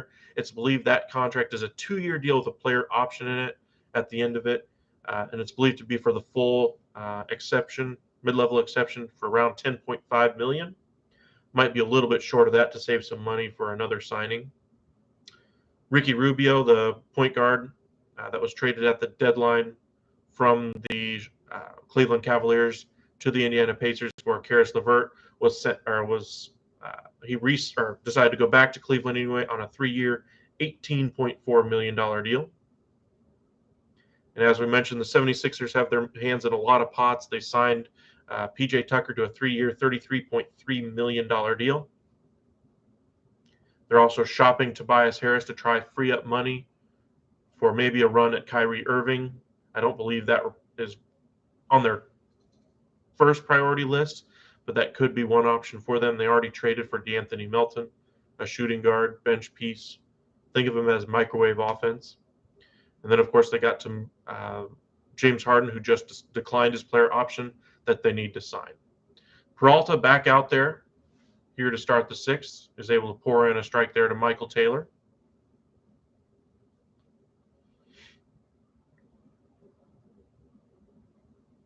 Dante DiVincenzo, you might remember him from his days with the Milwaukee Bucks, was traded to the Sacramento Kings, and he saw his minutes go down there. He thought he should have been playing a lot more, and he felt like even after the trade for Sabonis that they held him back to decrease his value. Well, it seems like he decided instead of going back to Sacramento, he took less money and decided not to go to other teams who were offering more for $6.5 million to recoup his value and play on a winning team. And he decided to go to the Golden State Warriors on a 2-year, $9.4 million deal. The Golden State Warriors are going to have one of the highest payrolls, if not the highest payroll. Right now, they have the highest payroll ever for any team at any point in the NBA. A 1-2 count there, and Taylor makes a lazy fly ball to right field. Castro makes the catch, and there is one away. Rivera, the guy who hit a 2-run home run earlier in the game, also has a single and scored both times he's been on.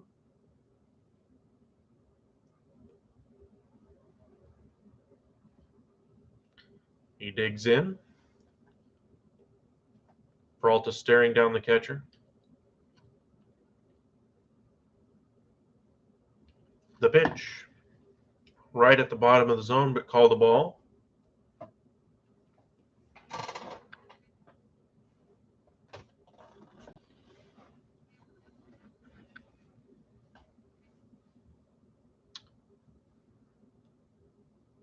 Another ball there. This one a slider well outside. Lollipop the throw there. 2-0. Royals hitters have been very patient today, working the count. You see some teams have a very aggressive approach, tell their batters to swing first or second pitch. Rivera grounds it up the middle. A nice play there by Clemens on to first and makes the play. Was that Baez or Clemens? That was a great play. Yep, that was Cody Clemens diving to his left, or excuse me, diving to his right, throwing back across his body to first base. That ball was on the left-hand side of second base, and he made that throw all the way. That's a tough play by Cody Clemens, but he made it. Great play. He may not be hitting for much. Worked out a walk in the last half of the inning, and now makes a great defensive play there. Playing some good baseball today.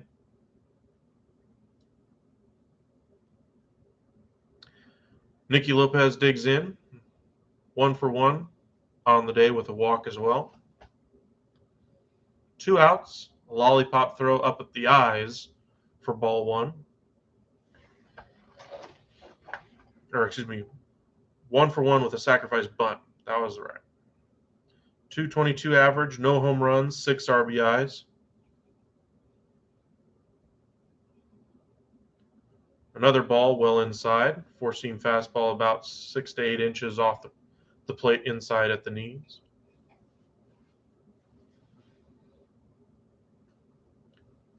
Astros have the lowest bullpen ERA at 2.67. Yankees right behind them, 2.72. And then the surprising Detroit Tigers. Lopez down the left field line. Well, I should say it's into left field anyway. Off the bat, it looked a lot closer. There's a nice hit there by Lopez. 2-out single.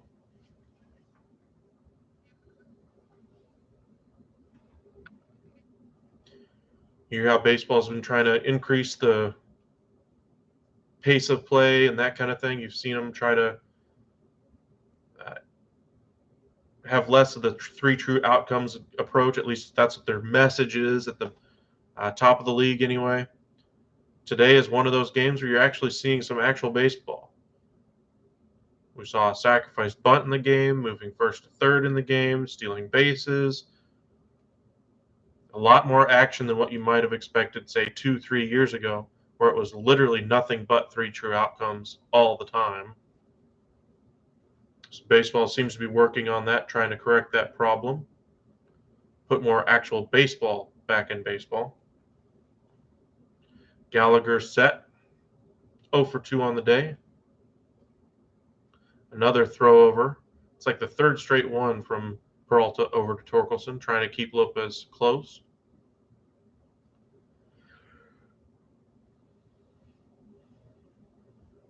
When you're a struggling team, you do like to run on the bases, try to force the issue, make something happen.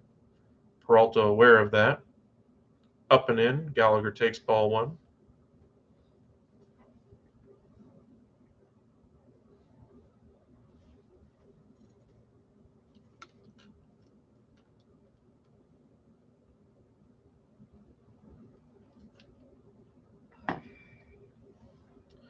The pitch. Gallagher fouls that one away. That one was one he probably should have handled. Hey, a Maglio Ordonez jersey in the stands for the Detroit Tigers. Played for both the White Sox and Tigers back in the day. Very good hitter, for those of you who remember who he was. Did get some Hall of Fame consideration, at least for a couple of years on the ballot. Never really was a Hall of Fame worthy candidate in my opinion, but offensively, one of the better ones in MLB history. Defensively, didn't have much there, especially in the second half of his career.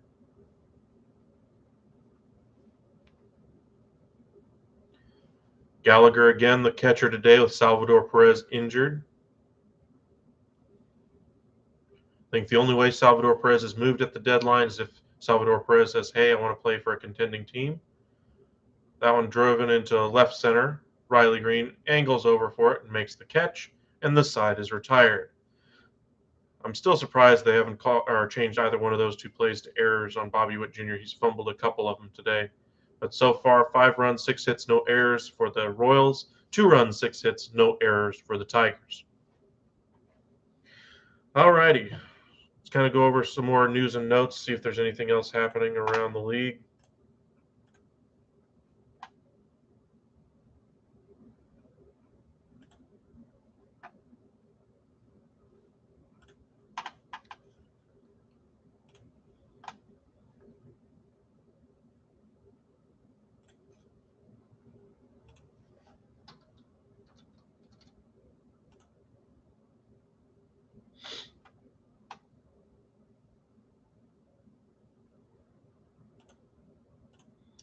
Doesn't look like anything as of yet, anyway.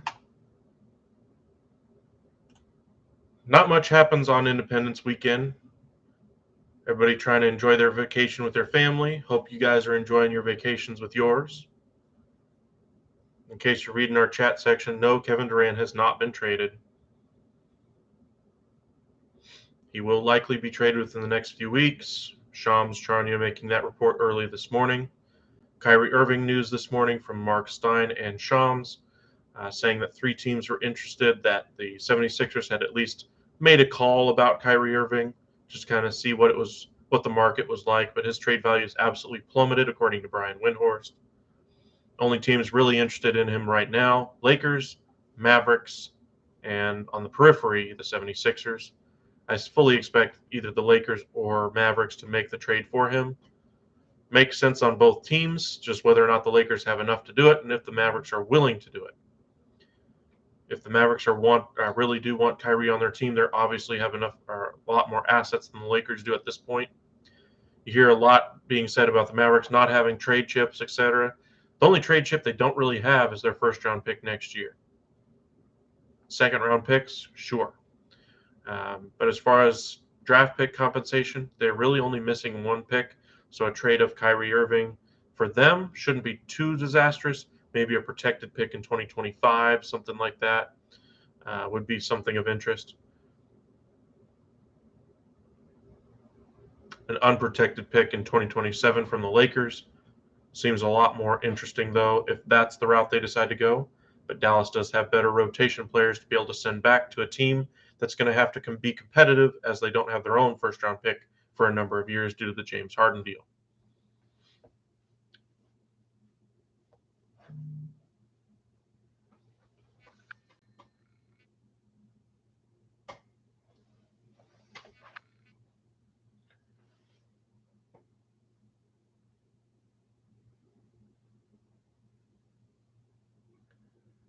Tampa Bay Lightning are trading away Ryan McDonough to the Predators for a package of prospects.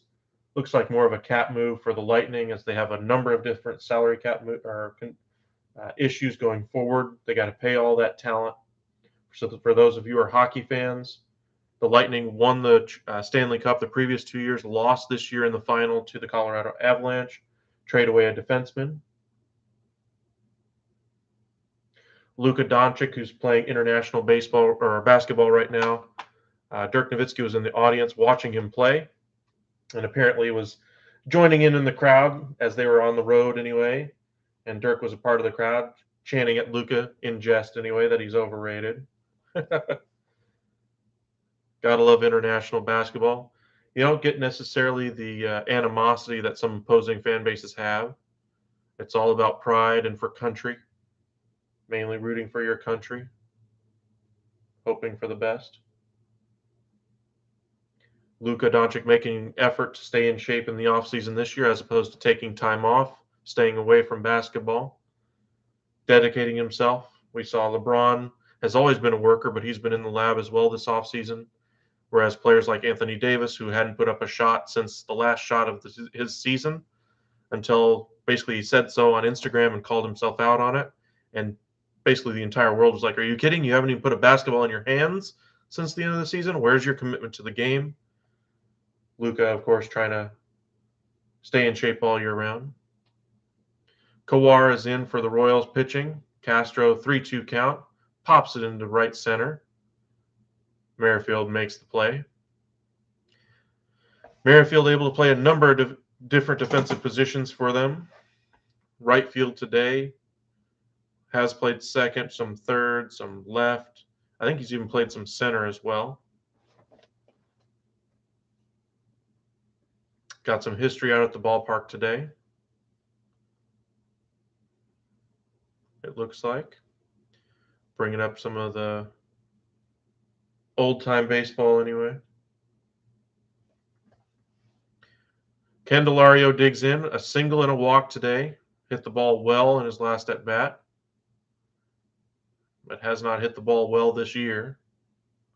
He's 1 for 1 on the day.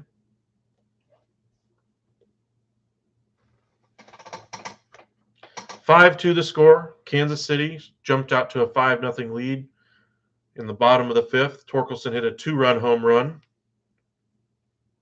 The starter, Brady Singer for the Kansas City Royals, went 4 2/3, unable to get out of the fifth inning. Struck out 9, tied a career high for him. Skubal unable to get out of the fifth inning as well. Pitched 4 2/3. All 5 runs were credited to him. Skubal, yet another tough start for him. All 5 runs were earned, at least right now. In my opinion, there probably should have been 2 errors in the game so far. Merrifield again running in, makes the catch, and there are 2 away.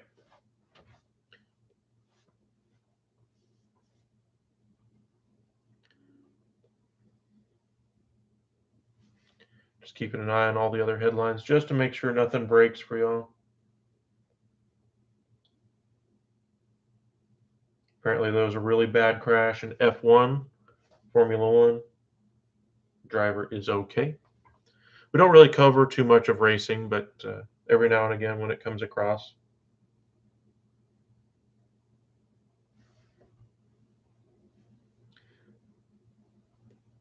Strike one there to Torkelson as he corkscrewed himself into the ground trying to make it 5-3. As we mentioned, he just hit a home run in the last inning. Kowar trying to put him away here, though. A nice slider, slow 83-mile-an-hour slider there. Confuses Torkelson, and he's down 0-2.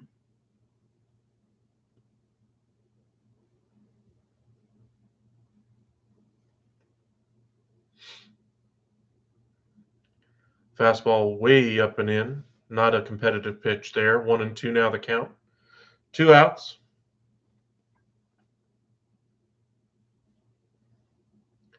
Torkelson, a 195 average. That was his 5th home run of the year. Only has 18 RBIs. Grounds this one over to Bobby Witt Jr., tosses on to first. Torkelson jogged down the line and is out by a mile. Disappointed that he rolled over that one. Merrifield due up, followed by Benintendi and Bobby Witt Jr.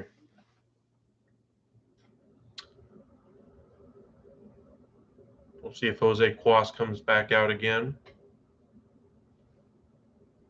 Sorry, not Jose Cuas, but Willie Peralta comes out again for the Tigers. Already got an inning and a third out of him now.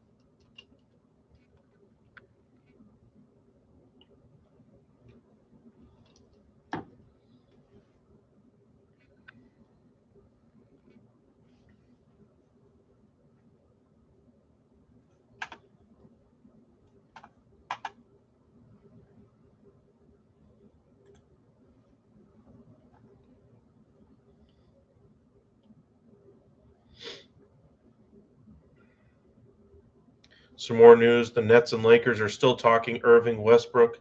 But again, as I've mentioned, they can't really do much more than the offer they already have had on the table.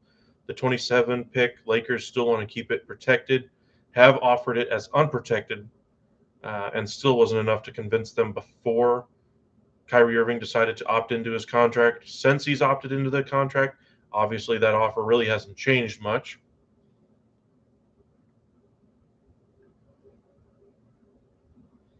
More first-round picks sign. A.J. Griffin, the son of Adrian Griffin, one of my favorite players when he was with the Dallas Mavericks, at least. Effort guy.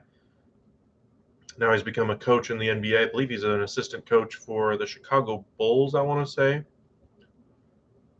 He signed his rookie deal with the Atlanta Hawks as the Hawks look to rebuild their organization after trading away numerous draft picks to acquire DeJounte Murray. Looks like we're back from commercial break. As you can see, everybody in the stands on their phones in between innings. And I mean just about literally every fan they pan the camera to.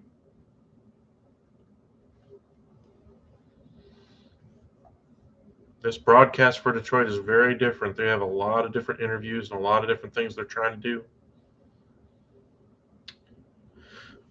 Very entertaining so far.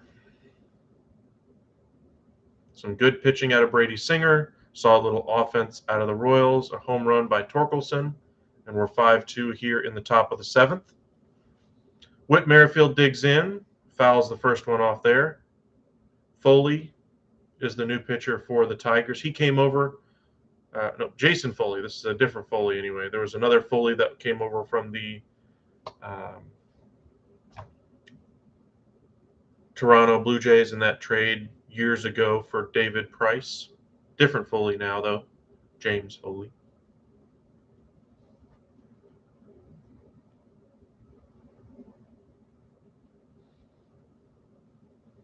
Oh and 2 now the count to Merrifield. The pitch.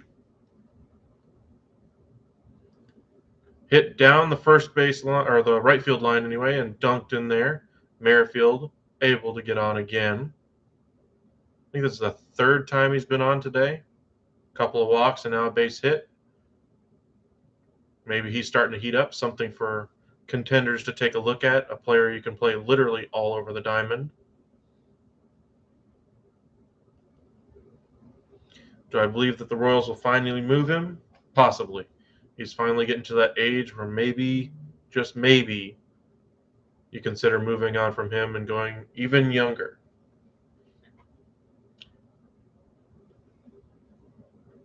Miguel Cabrera, of course, one of the few veterans on the Detroit side, but of course that massive contract is not tradable at all. You could eat money, of course, but for what he's meant to that Detroit Tigers organization, I don't expect him to ever be moved. Only way he ever goes anywhere is if that contract finally expires and another team still wants to give him a chance and he wants to play for a title. Benintendi, of course, swings at the first pitch. He is very aggressive in that way, hitting .523 when he does make contact and put it in play. Instead, falls behind here, 0-1. Barnhart had his mask hit on the backswing by Benintendi.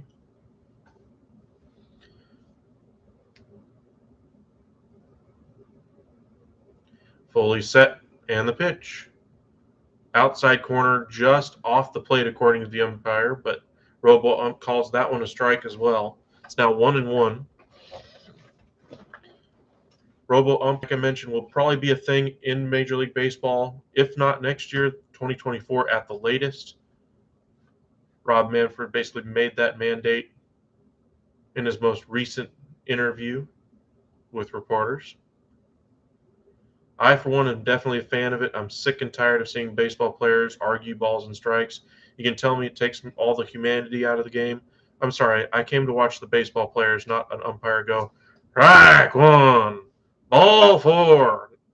Sure, it adds some excitement to the game as far as what's actually happening, but him relaying the message from the computer giving the right call every time gives you the same thing. A chopper, unable to make the play, though. Benintendi is on, and now there's 2 on, no out here in the 7th. Foley unable to retire him. Candelario was the only infielder there on the left side, unable to get over there. He was playing close to second base, actually, and had to almost go over to where you normally would be playing on third base. Slow high chopper, allowed him to still make a throw, but Benintendi was good, or was safe by at least 5-6 steps. Probably should have put the ball in his pocket to avoid making an error, but no harm done. Foley with traffic on the base paths now, and Bobby Witt Jr. up, looking to make something happen here. Nice pitch. They say it's a sinker, but that looked like a fastball in the outside corner, belt high. 0-1 the count now. Bobby Witt Jr. 0 for 2. As we mentioned, he's tied with all rookies with 39 RBIs for the league lead. The pitch, again, a beautiful pitch right there. That one was a sinker. That one right at the knees, just above the knees anyway, for a strike there. 0-2 now the count. Bobby Witt falling behind. His approach might be a little bit more better served if he started attacking the ball a little bit more like an Andrew Benintendi. Seems like he's letting a lot of quality pitches that he could get good swings at go by. This one he fouls off. That was just off the plate. as they do a split screen between the two rookies, Bobby Witt Jr. and Riley Green. Riley Green was drafted 5th overall in the 2019 draft. Bobby Witt Jr. was 2nd. Adley Rutschman, of course, was the 1st overall pick by the Orioles, the catcher. Bobby Witt Jr. able to foul that one off. Fastball up and away. Still 0-2.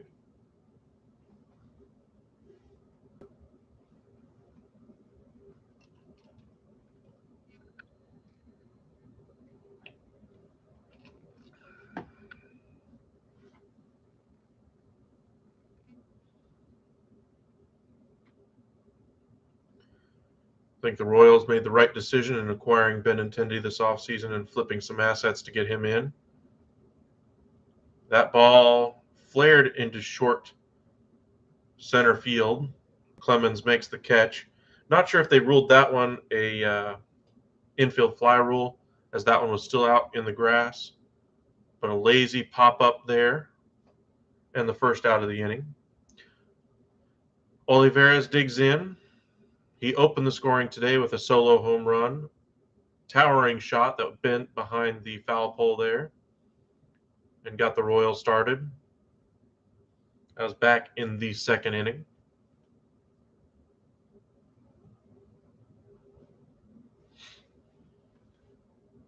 Foley set and delivers. Another great pitch there on the outside corner. Seems like he's able to locate that pitch at least, that outside corner.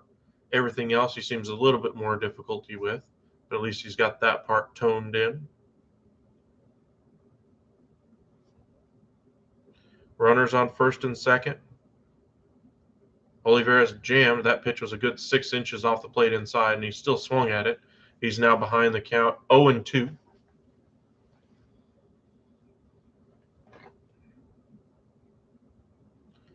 Royals looking for a win here on Independence Weekend.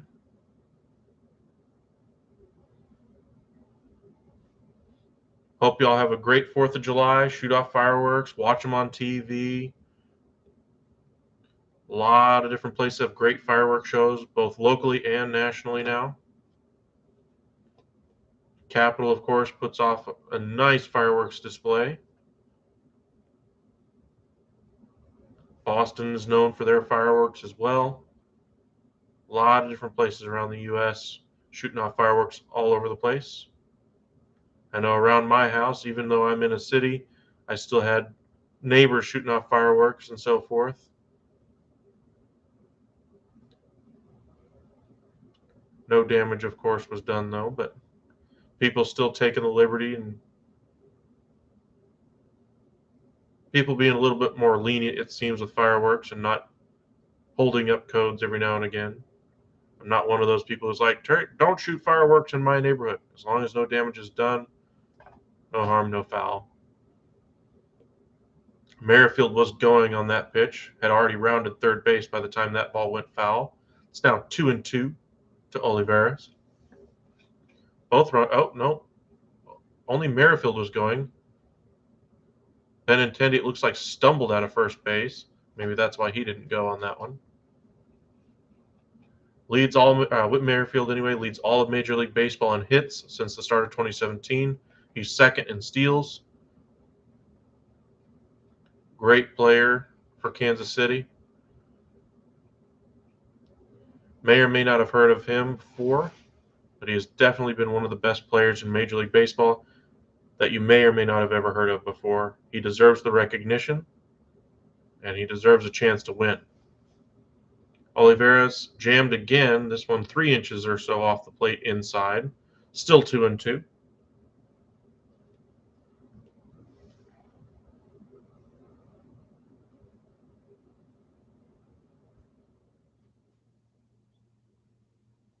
Pasquantino is the on-deck hitter anyway, looking for a chance to do some damage here in his young career.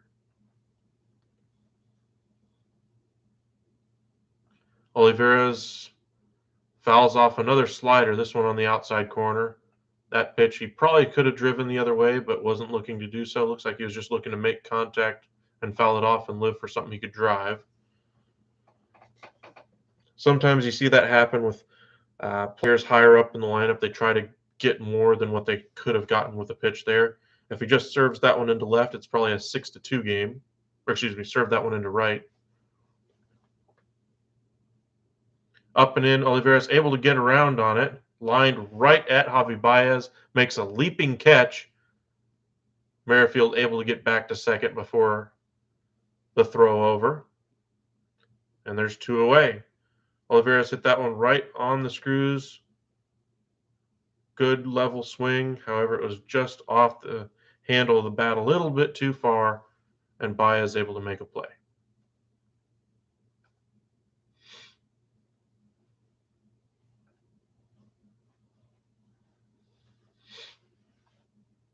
Foley looking to get out of a jam that started with getting 2 on, no out. He's now gotten the last 2 hitters.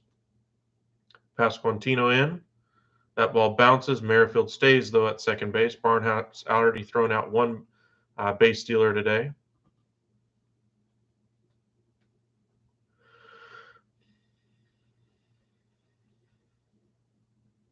Pasquantino, as we mentioned, does have 1 home run on the year. Home run here really busts this game open. The pitch. That looks like it hit him. The runners were moving on that play, though, too. But that's going to load the bases for Michael Taylor.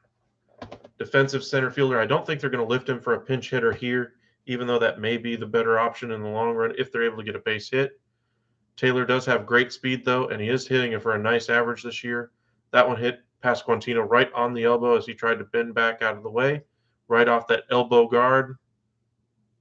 And that's going to load him up for Michael Taylor.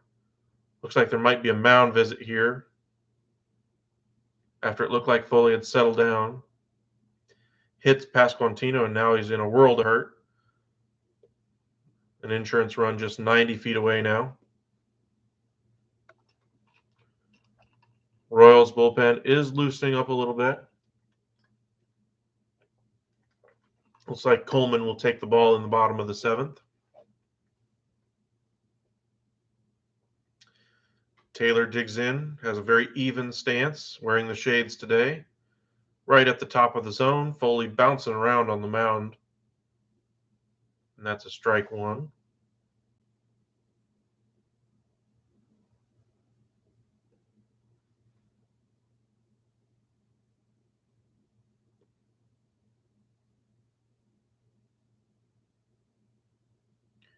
That one just off the plate. 1-1 the count now. Pace of this game has certainly slowed to a little bit of a crawl the last few innings.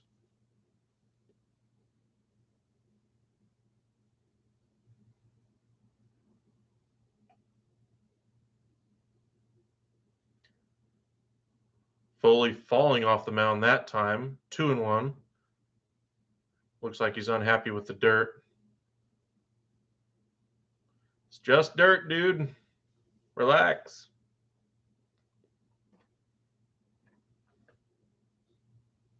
Detroit bullpen loosening up. Looks like Vest is loosening for Detroit.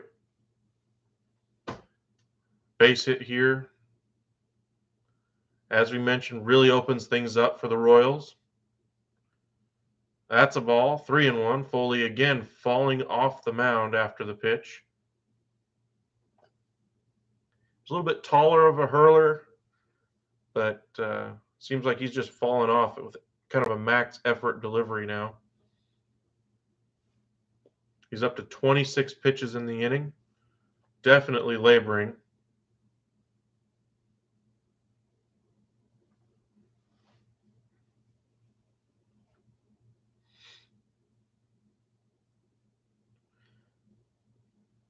The pitch inside, and that's ball 4. Another run scores via the walk.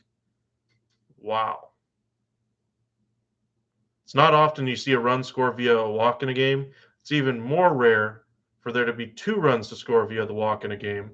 It's now 6-2 Royals, and it's definitely going to be a pitching change here. Hinch basically jumps up out of his seat, runs out to the mound. I say runs, swiftly walks as fast as he can out there to get Foley very unhappy with the performance on that one, unable to throw strikes. Vest is going to come in. The one area that the Tigers have been relying on this year has been their pitching, and their pitching fails. That's the thing with young teams. Pitching is usually inconsistent. May have great numbers as a whole, but things like this are not helping. Bullpens in general are very inconsistent, not just on poor teams, so don't get me wrong.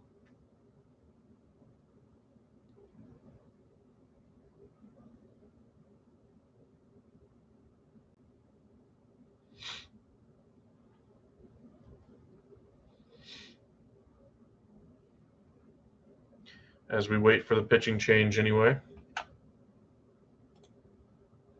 Will Vest is coming on, 3.58 ERA. Emmanuel Rivera, who's 2 for 3 in the game, does have a 2-run home run to his credit today.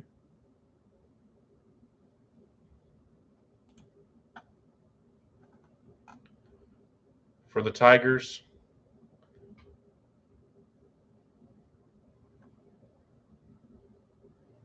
they're going to have Clemens, Barnhart, and Green due up in the next half inning.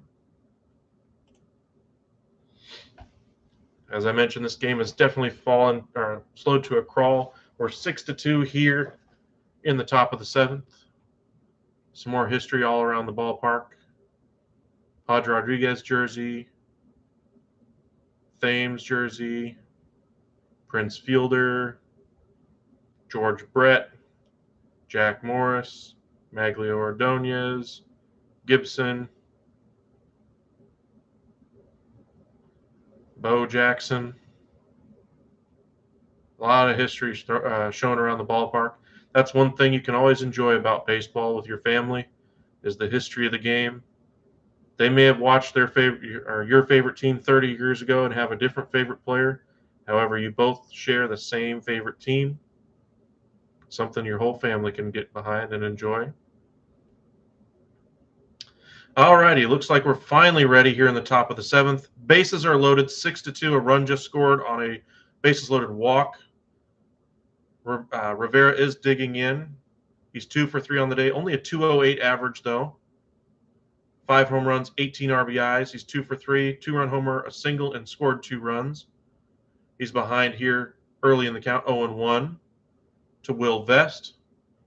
That pitch in the dirt, Barnhart makes a nice stop there. 1-1 the count. Vest working quickly. We appreciate that, Mr. Vest. Really can't wait for that pitch clock so we can kind of speed this type of thing up. The way James Foley was digging around on the mound there, laboring through the inning, it just was not conducive to watching baseball. Makes it a little bit more tiresome just watching guys walk around and mill around. I can do that anywhere. Baseball, I want to watch baseball. Sorry. The days of the Nomar Garciaparra 10-second, 15-second batting glove adjustment, those days are gone. David Ortiz taking a walk around the entire batter's box before he finally digs in again for about 20, 30 seconds. Those days are gone. Rivera never has hit a grand slam in the big leagues. This would be a great time for his first. Slider outside now, 2-2. The count to Rivera.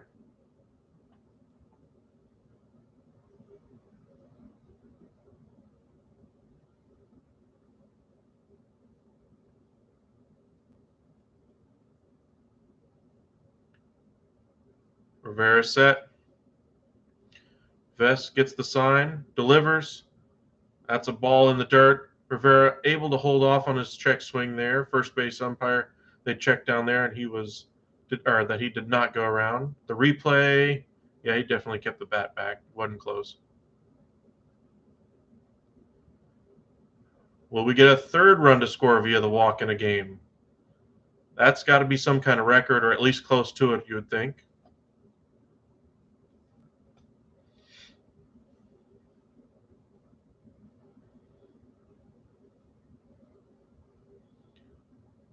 The pitch, fastball, low and inside, fouled straight back to the screen by Rivera. One thing I will say about the Royals, they do give a great at bat. They're going to make your starter work. They're going to make them throw pitches, and they're going to get your starter out usually by the fifth or sixth inning. That's a very good thing for a team that's very young, looking for any advantage they can gain. Rivera digs back in, bases loaded. Runners will be on the move with 2 outs. 6-2, Royals in front. Vest set and the pitch to Rivera.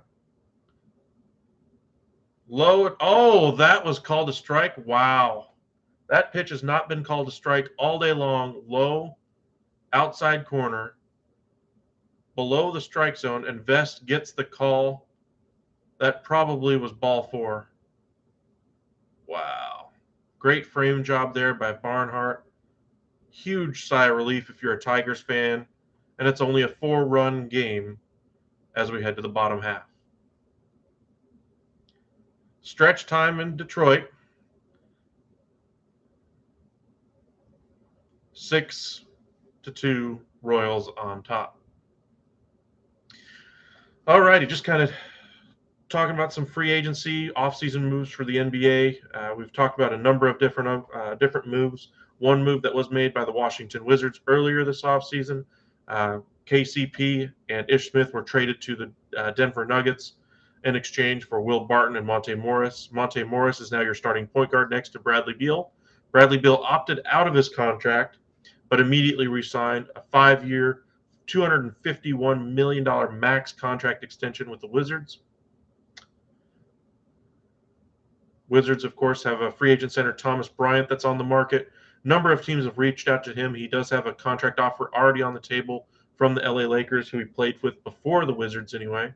There is interest in going back there, but there's a number of teams offering more money than the Lakers have. So that is something to keep an eye on. The Dallas Mavericks are targeting Goran Dragic, as we mentioned. However, they are looking for a wing first. So we'll see if they free up some roster spots by making a move for a guy like Kyrie, consolidating some of that money, getting a guy on a big salary like Davis Bertans out. Maybe a trade of a Bertans, Dinwiddie, Green, and a pick. Keeps the Brooklyn Nets competitive and gets them some picks going forward. John Wall agreed to his contract with the LA Clippers after getting a buyout from the Houston Rockets. He sacrificed $6.5 million from the Rockets in order to become a free agent. He gets the exact same amount back from the LA Clippers on an AAV basis anyway. Lou Dort from the Oklahoma City Thunder signed a 5-year, $87.5 million contract extension. Mo Bamba, 2 years, $21 million to stay with Orlando. The surprising one for Orlando to me, though, was the Gary Harris re-signing. He signed a 2-year, $26 million deal, I believe. He's not much of a shooter, more of a 3-and-D guy, and he's been on a slow, winding trail down. Everybody's always held him in high esteem, though, for his defensive capabilities. So maybe that's the reason why, some veteran leadership, that kind of thing. They do still have Terrence Ross on their roster, even though they had him available for a couple of second-round picks at the draft. Kevon Looney goes back to the Golden State Warriors on a 3-year, $25.5 million deal. I was not expecting him to go back there, but it seems they've chosen to invest their money in Looney instead of trying to keep around a guy like Gary Payton. Gary Payton goes to the Trailblazers on a 3-year, $28 million deal. Trailblazers seem to like that kind of investment on young players. Now, he is a little bit older. I think he's 29, so he hit free agency at a little older age anyway. But think back to Derek Jones when the contract they got him from was around that same type of contract anyway. They like that middle contract, but they've certainly spent a lot of money this offseason. Nurkic, Simmons, Payton, Grant, just to name a few that the Trailblazers have brought in. NFL news, Baker Mayfield, things are heating up as far as on the trade front for him. Seems like even if they keep, oh my, there's a home run on the first pitch of the bottom of the 7th. Coleman gives it up there. Wow. Cody Clemens, so much for having a 128 average. That's his second home run of the year. Does the Wesley Matthews arrow celebration. If you remember from the NBA after a three-point shot. Wesley Matthews does the arrow celebration into the crowd. It's now 6-3, and it's now a competitive game. First pitch of the inning, right in the wheelhouse, down and into Clemens, barreled it up in a towering shot, bat flip and all. He knew that one was gone. Very nice play there. Barnhart swings at the first pitch there and fouls that one back behind home plate. Good job. Good game for Cody Clemens. Has not had a good year up to this point, but today he's playing very well. Played some good defense out there and now getting things done with the bat.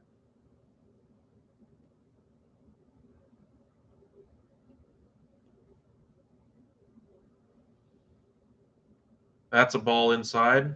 Coleman working a little slower here. 1-1 now the count. Other NBA news: Zion Williamson signed his 5-year, $231 million max contract extension. Look back at our videos and see that content if you'd like, as to what that means for the New Orleans Pelicans and teams like the New York Knicks, who have basically acquired the entire Duke team aside from Zion now, as they try to build a contender there. Jalen Brunson was acquired by the New York Knicks anyway. 4 years, $104 million contract. Barnhart drives this one down the line. Will this one get out? No, it falls in front of the wall but rolls to the wall. Barnhart is going to be in there with a double, a stand-up double for him. 8 and 9 hitting the ball hard off of Coleman here. Again, teams that are struggling. Bullpens are inconsistent, and you can see that here in today's game. Offense is certainly picking up here late. Barnhart took a wide turn there at first base and jogged into second, easily making it. 6-3 is the score. Barnhart celebrating at second base, telling his teammates to tighten up on that bat. Riley Green up there now, top of the order. Up and in, ball one, 99-mile-an-hour fastball off the plate. We already mentioned the Kyrie drama, the three teams that seem to be interested in him. Kevin Durant, we've already mentioned the two teams that are favorites, the Miami Heat and the Phoenix Suns. That headline has dominated basketball chatter the last few days. Riley Green bounces one, rolls it over to first base. Pasquantino jogs over and retires him. Barnhart moves on to third base. An effective out there by Riley Green, moving over the runner. He was hoping for more, though. Dylan Coleman acquires the first out here of the inning. Victor Reyes is due up next.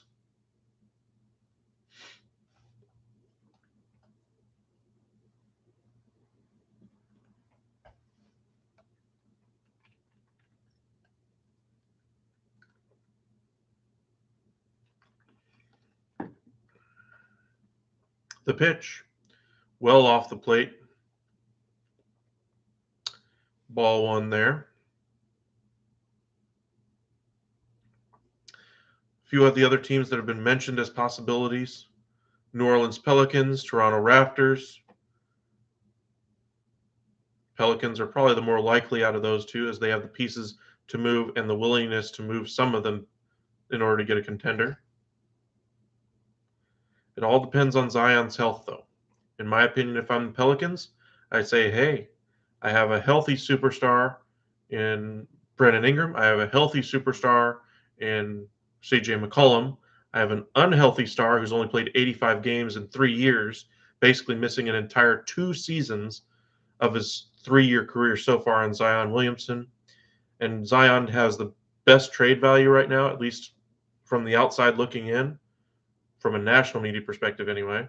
In my opinion, Brandon Ingram, who's actually been able to play on the floor, is more valuable, but that's just me. When healthy, Zion is definitely a better player, but he doesn't have the value because of that, in my estimation. But the rest of the world sees it a little differently than I do. Barnhart ready to tag as that ball is floated into center. Michael Taylor gets under it, but the ball throw comes in up the line. Barnhart scores. It's now 6-4 with 2 outs now, though, in the inning. Kansas City happy to trade the out for the run at this point. 6-4 is the score. 2 outs in the bottom of the 7th. Tigers trying to make a game of it here late.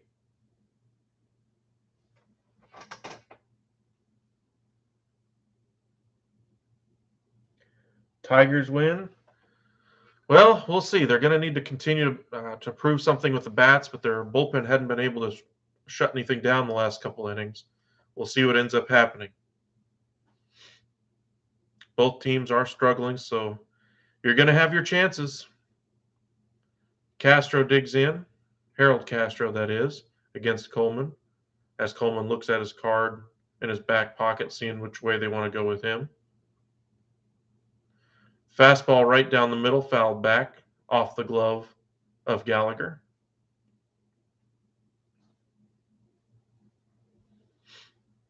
Harold Castro's favorite player growing up, Rickey Henderson. Formerly from Venezuela, his favorite team growing up was the Colorado Rockies. That pitch bounces in front of Castro in the batter's box. He somehow is able to dive out of the way over the plate. That was just a dud, literally thrown directly into the ground. No harm, no foul, though. And remember, Miguel Cabrera is not in the lineup today. So you do not have his bat in the on-deck circle, of course. That pitch is well off the plate. 2-1 the count.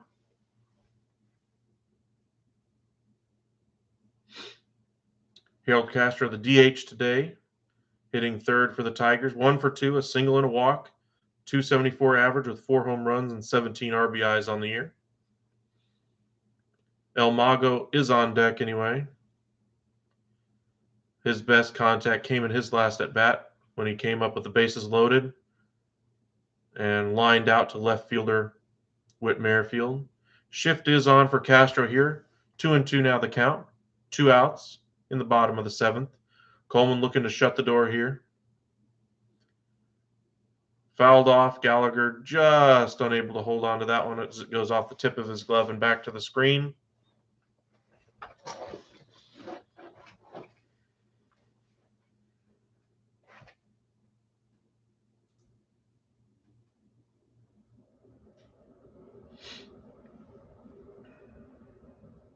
Tigers fans appreciating him hanging tough.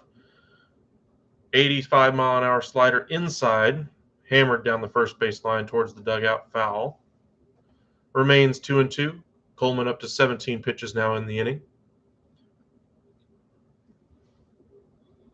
Very sparse crowd today in Detroit, as with the holiday weekend. People taking a late start, enjoying their time with their families. 98-mile-an-hour fastball. Castro able to keep up with that one and foul it off down the third base line. Still 2-2.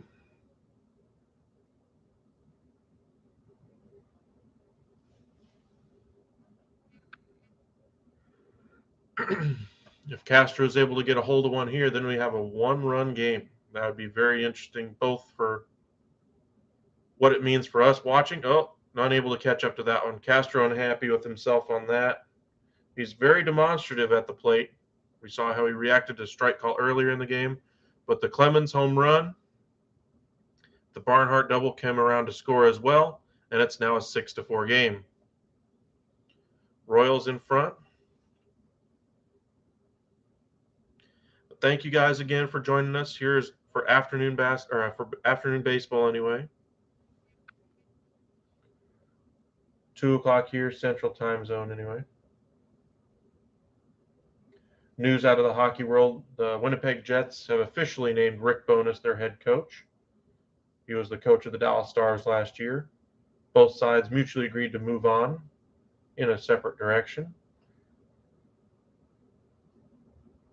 Looks like that's the only other headline right now.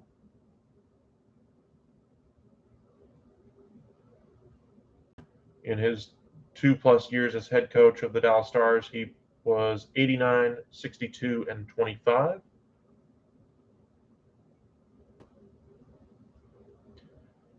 Hockey free agency does begin on July 13th this year, a little bit different. But as I mentioned in multiple lives, the way they do free agency, it all happens pretty much in one day. So be glued to your TV on the 13th. Unfortunately, I will, of course, have to work. I would really love to do a live for you guys and bring it to you live and go over every single signing as it happens. Literally have one of the longest lives we would ever do. That would be the day to do it, honestly, if you're a hockey fan. But unfortunately, until I'm able to make this thing lucrative enough to be able to do this full time, I would love to do that. But I still got to work a 9 to 5. So if you haven't hit the subscribe button already, please do so. Maybe one day I'll be able to do so. Hopefully next year, if I can get up there high enough, I can keep up with all these sports stories and bring you more videos and more content as often as y'all would like. Try to keep up with all 4 major sports here in the United States, at least anyway. The NFL, MLB, NHL, and the NBA. NBA free agency just beginning a couple of days ago. Nicky Lopez digs in. He's 2 for 2 with a couple of singles, a sacrifice punt, hitting .225 on the year. Drives the ball to left field, and it's going to fall in front of the left fielder there. And he's 3 for 3. Lopez having a very good game today. As Vest is out to pitch the 8th again. Tigers fans unhappy to see that after closing the gap a little bit in the last half inning, giving up a leadoff hit. Up, out over the plate. Lopez just takes it where it's pitched. I really like his approach at the plate today. He's just willing to do what it takes to win. 3 for 3 and a sacrifice punt. Great job. Player of the game, in my opinion. If you're a Royals fan, you might be a fan of the home run on the other side, but for me, 3 for 3, good defense, that kind of thing, should be appreciated and noted more often.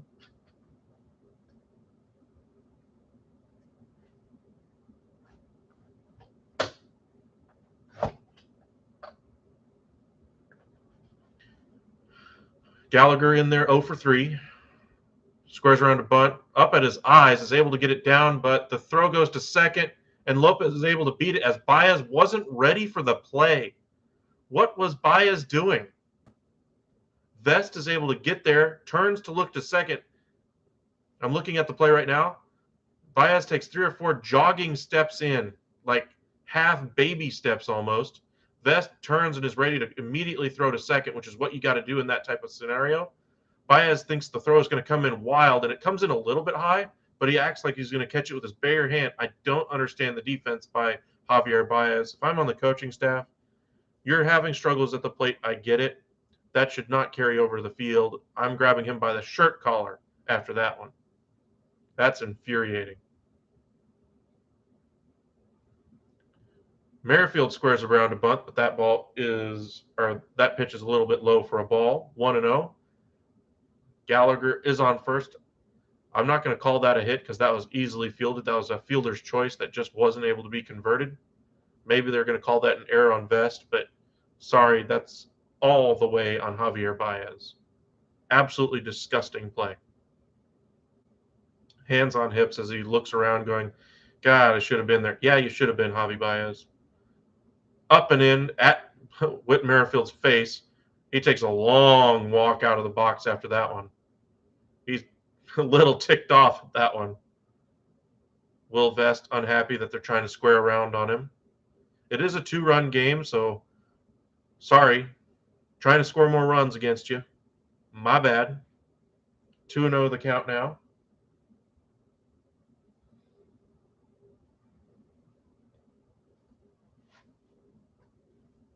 Squares around again.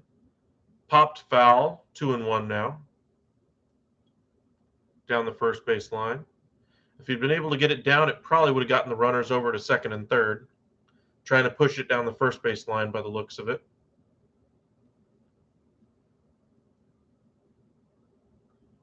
Vest is trying to elevate, make it harder for him to get that bunt down.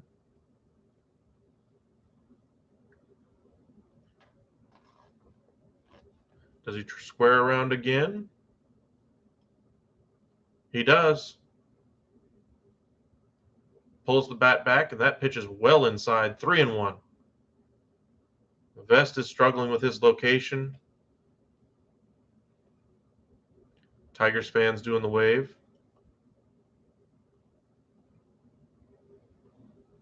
got an interesting game in front of you, but yet they're still doing the wave. Or, okay, I say they're doing the wave. Like 30 fans are. Never mind. Merrifield squares around, pulls it back again, and that's another walk. Eek. Merrifield walks again to the edge of the dirt, hands his glove and bat to Bat Boy. Vest shrugs it off, going to have a pitching or a mound visit anyway. Tigers pitching has allowed a ton of walks today. Just going to look and see how many walks they have so far today. Scoball walked 3, Peralta walked 2, Foley walked 1, Vest walked another. That's 7 walks for a young team. Absolutely cannot have that if you're trying to win a game. Benintendi is going to be due up next. He's averages 309. He's 2 for 4 on the day, 3 home runs. A big hit here would definitely clear the bases. Merrifield has plenty of speed at first to get around. Gallagher, a little slower runner, out at second. Lopez, 90 feet away, as that insurance run. I think that's the second mound visit before Benintendi's come up today. Again, giving him the scouting report. Be aware, first pitch, he's trying to hack. Vest misses badly with that one. Maybe it's just a purpose pitch to not let him go after it. 0-1. Now that's 0-2, or excuse me, 2-0, excuse me.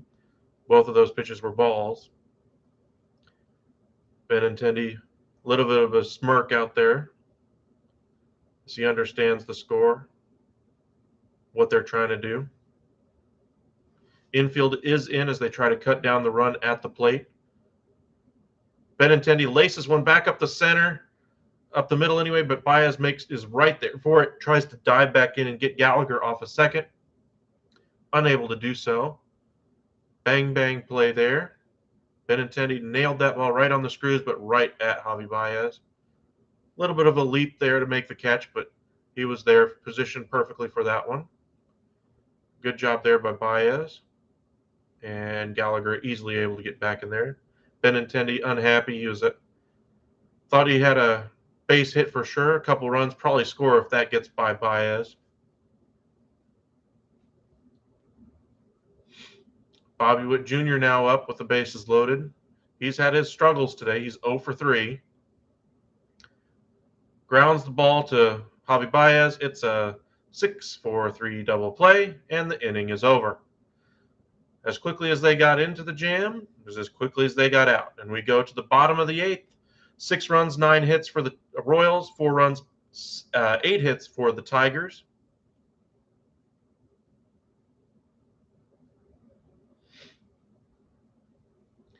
Maybe, just maybe, Eduardo, the Tigers will pull it out.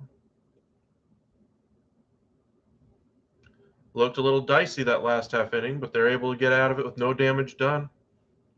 And they get the shutdown inning after scoring 2 in the bottom of the 7th. Score 2 more here in the bottom of the 8th, and the game's going to be tied. We are in commercial break. Appreciate you guys joining us. Wanted to mention one other thing, some other news that's been percolating over the past couple weeks in the NFL. Not much NFL news right now, but the only news really is going to be Baker Mayfield. The talks between the Carolina Panthers and the Cleveland Browns anyway seem to be picking up a little bit. I don't expect it to be done too soon, but it seems like before camp seems like about the right time that they'll get it done. Baker Mayfield is in the final year of his deal. It's just a matter of whether or not the Browns are going to be able to pay some of that money or at least send some money back the other way. Draft pick compensation shouldn't be a lot, as the Cleveland Browns are basically strapped, having made the acquisition of Deshaun Watson. We know what's the score in Cleveland. It seems like Jacoby Brissett is the backup there, and he's going to be the starter if Watson is sidelined due to suspension. His case with the NFL is going on right now. I think it's Sue Robinson is the arbitrator in that case. She's requested briefs from all parties involved, both from the lawyers of the ladies who accused Watson of the sexual misconduct, from Watson himself, from all other parties around it as well. and she's reviewing that information. That case is supposed to resume on Tuesday, I believe, is when she's going to interview him again. But it's been a lengthy process so far. Usually arbitration cases take just a couple of days, and then you wait a month or so for the decision. She's taking her time getting all the evidence that she possibly can. NFL is pushing for a lengthy suspension. It sounds like they want at least 1 year suspension for Deshaun Watson. If that happens, it'll be interesting to see if he ends up coming back for playoff time, or if it's a 10-game suspension, or what the arbitrator ends up deciding. But as we know, the cases have now been settled with most of the plaintiffs against Watson, as he's still got a couple still outstanding, but those seem like they're probably going to wrap up soon as well. The Houston Texans were sued by the same group that sued Deshaun Watson for his conduct, saying that the Texans were negligent, were willing to allow his conduct to continue. In the court of public opinion, that might matter. In a civil case, that may matter. We'll end up seeing pop up straight up behind the plate. Gallagher unable to make the catch. Clark is on to pitch for the Royals there. I don't know if that ball hit the netting first, though. Gallagher was there in plenty of time, just wasn't able to get under it fast enough as he tried to bend backward after reaching the fence. Looks like he rushed back a little too fast, bounced off the outside of his glove. But Deshaun Watson is very likely to miss at least 8 games, it sounds like. Maybe a full year, maybe more. And the Detroit crowd is going around on a team is going around on a merry-go-round at the ballpark, I guess. Okay. I told you it was a very interesting broadcast they have going right now. They interviewed that gift shop guy for 10, 20 minutes. El Mago gets behind that one down the left field line. Foul. Yeah, you kind of need to make up for that defensive play in the last half inning. That should not have been as difficult of an inning as it was. It really seemed to set off your pitching staff as well.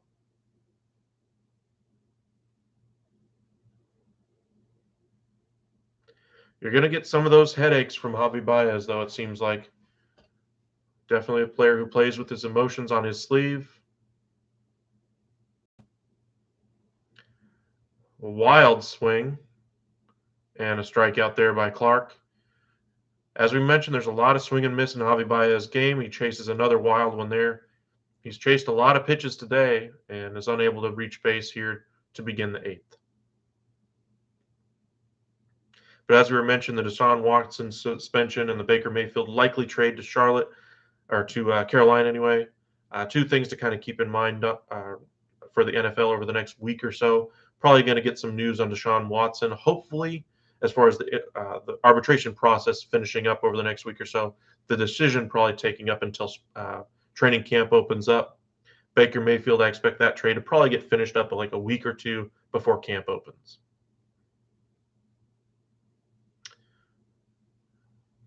Carolina wanted to get him in. It sounded like before camp opened, they didn't want to go into training camp and then have to acquire him. Maybe a guy like Sam Darnold goes the other way, gives them a backup quarterback for the year behind Brissett, or maybe even competition for Brissett in camp. Even out some salary going both ways. 1-1 the count now to Willie Castro. He's 0 for 3 in the game. Bobby Witt give that one a look over at the fence, along with Rivera.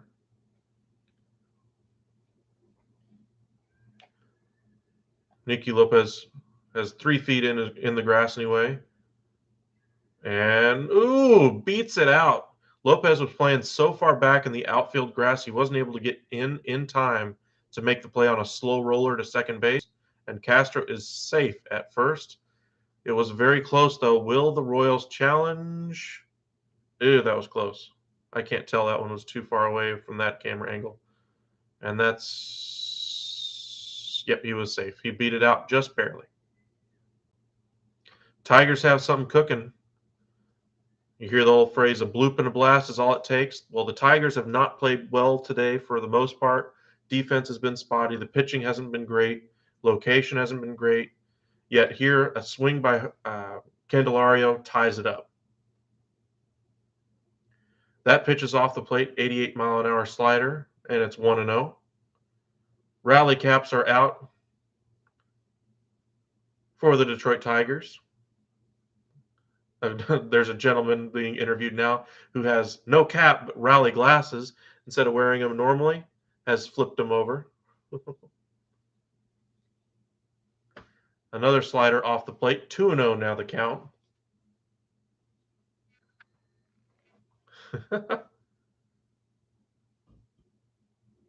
Very fun broadcast, at least for the Detroit Tigers today. Product on the field leaves a little bit to be desired, of course, as they're losing 6-4 right now in the bottom of the eighth. Oh, another slider. That one just missed the inside corner, and it's 3-0 now, the count to Candelario.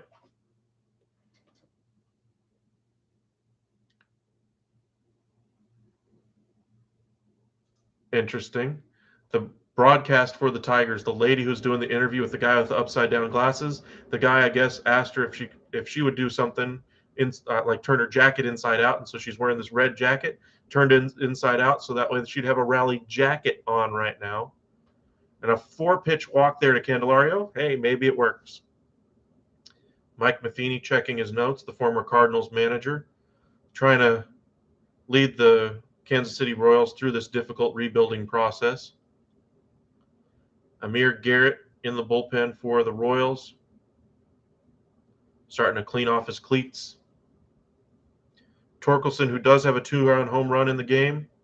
Now everybody in that section with the guy who's being interviewed has turned their glasses upside down for Rally glasses. If nothing else, you can say this game was at least fun for the fans. Gallagher able to keep that one in front of him, and Clark can't find the strike zone.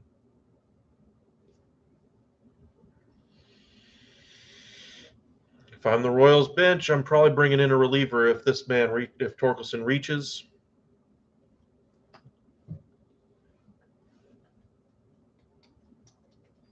One for 3 on the day with that 2-run home run that we mentioned that got the scoring started for the Tigers. That really started at least get the Tigers back into the game. Hard ground ball to Witt, flipped onto second, onto first, and a double play, and that's the end of the inning. Great job by Clark. Did not have his best stuff today, struggled with location, but is able to get the job done. 6 runs, 9 hits, 1 error for the Royals. 4 runs, 9 hits, no errors for the Tigers.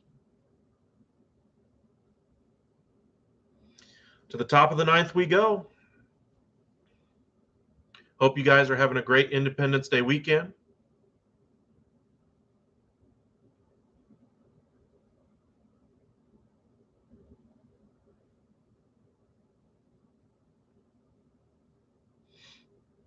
A lot of baseball going on right now. A lot of day games over the next couple of days, today and tomorrow. Try to bring you another live game this evening. Just kind of depends on how Independence Day weekend goes. I know you guys are wanting to spend time with your family. I'm going to try to do so after I finish this live here. Hope you guys get to send a call to your folks. If you get to see them, stop by and say hi. Celebrate, shoot some fireworks this evening. Maybe tomorrow. I know a lot of fireworks are now being shot on the Saturday and Sunday leading up to the 4th of July nowadays.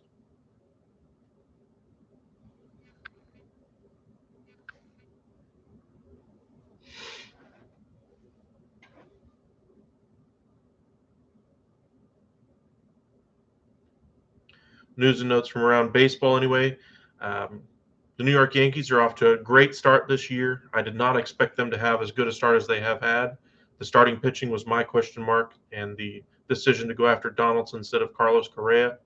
IKF, while he's been a decent player for them, he's still not a net positive for them. His defensive abilities are what's keeping them there, as well as his ability to at least make consistent contact.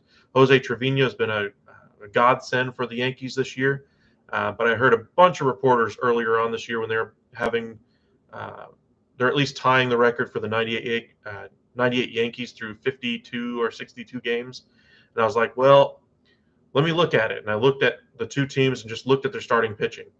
Right now, they have the starting pitching. Do I believe that starting pitching will last the full season? Absolutely not. That was my concern coming into the season, and they've performed very well. You saw a tweet sent out by John Heyman that they had to send down a guy who has a 0.0 ERA for like the third time this year. It's because he's a spot starter, and spot starters sometimes have an advantage over hitters that haven't seen them before. So I wouldn't overreact to young pitching having some success early on in the year. We'll see what happens in August and September as the season kind of winds on, dog days of summer and all that. Olivares hammers one base hit into left to get things started for the Royals here in the ninth. Michael Fulmer, former starter, is on here for the Detroit Tigers to try to keep the game close. Fulmer, a couple of years ago, was once thought of as a great trade piece for the Tigers.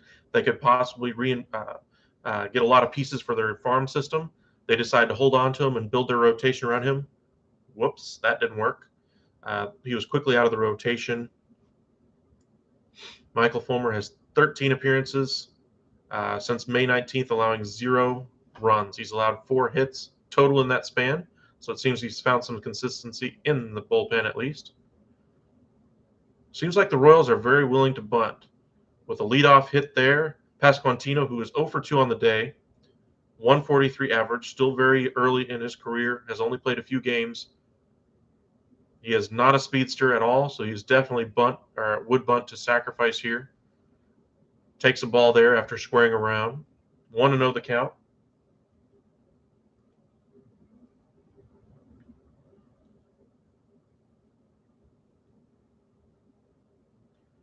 That pitch is just off the corner. Does not square around that time. It's now 2-0. Maybe the Royals want to see what he can do with the bat. Take advantage of a pitch down the middle.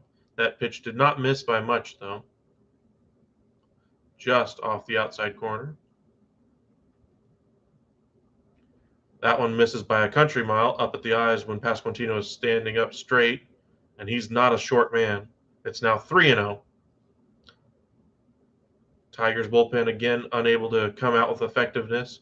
We'll see if he's able to rebound like Vest did the last half inning for the Tigers. And that's ball 4. 4-pitch walk to Pasquantino. Maybe we see a pinch runner here in a close game. They do have the lead, so maybe he is their best option defensively at first base. Maybe you don't want to sacrifice that in the next half inning anyway.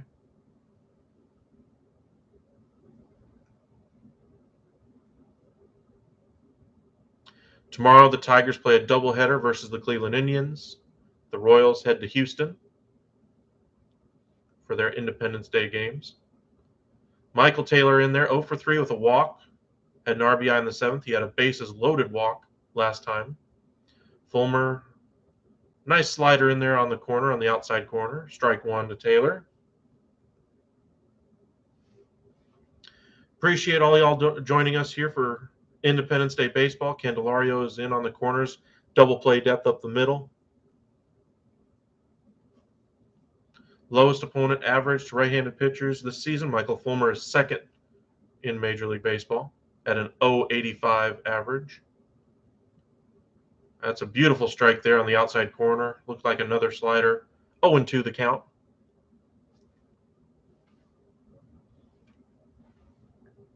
Looks like he might have finally found the strike zone now with his pitches, or at least one of his pitches anyway.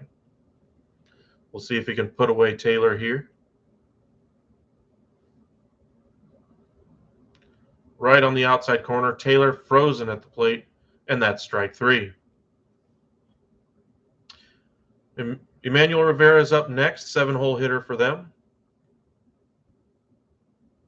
Does have the 2-run home run earlier in the game.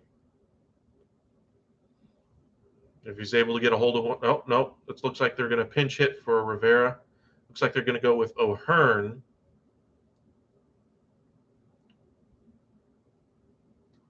The left-handed hitter. Rivera the righty, and we just saw how Fulmer does against righties.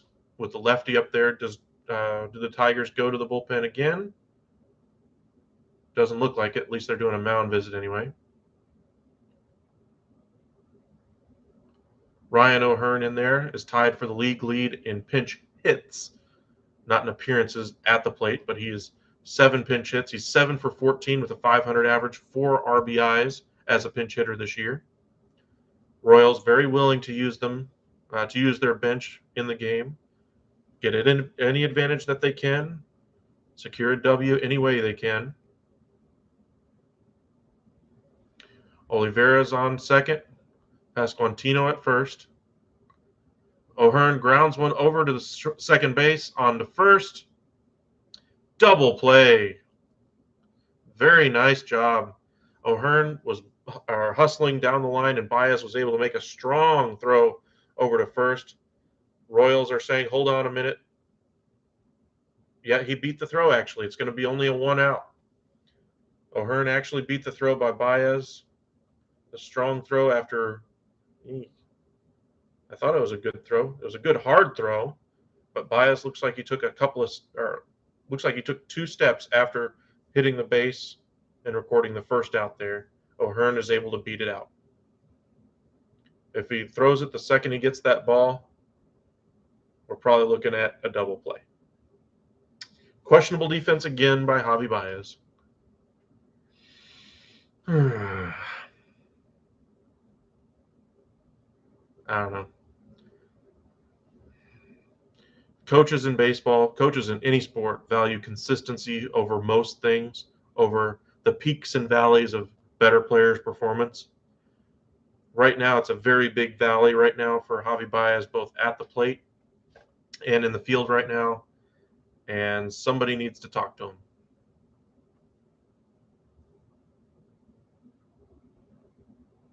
I mean, that wasn't the worst play we've seen him make today. I mean, it wasn't a horrible play, but it was enough to cost him. O'Hearn is lifted for a pinch runner as the call is overturned at first base. It's now 1 out with runners on the corners.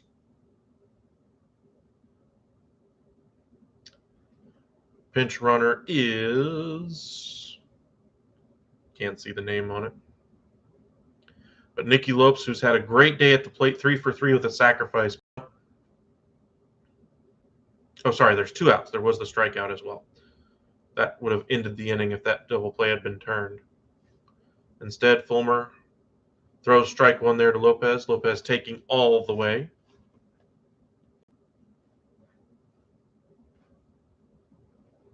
.229 average for Nicky Lopez now. Having a good day at the plate. Another strike right down the middle. He's able to use that slider right now. That seems to be the one pitch he's able to command for strikes. We'll see if he tries to get him to chase here. Just remember, there is a guy on third base. Olivares is your guy on first. Isbel is the guy who came in as the pinch runner for the Royals.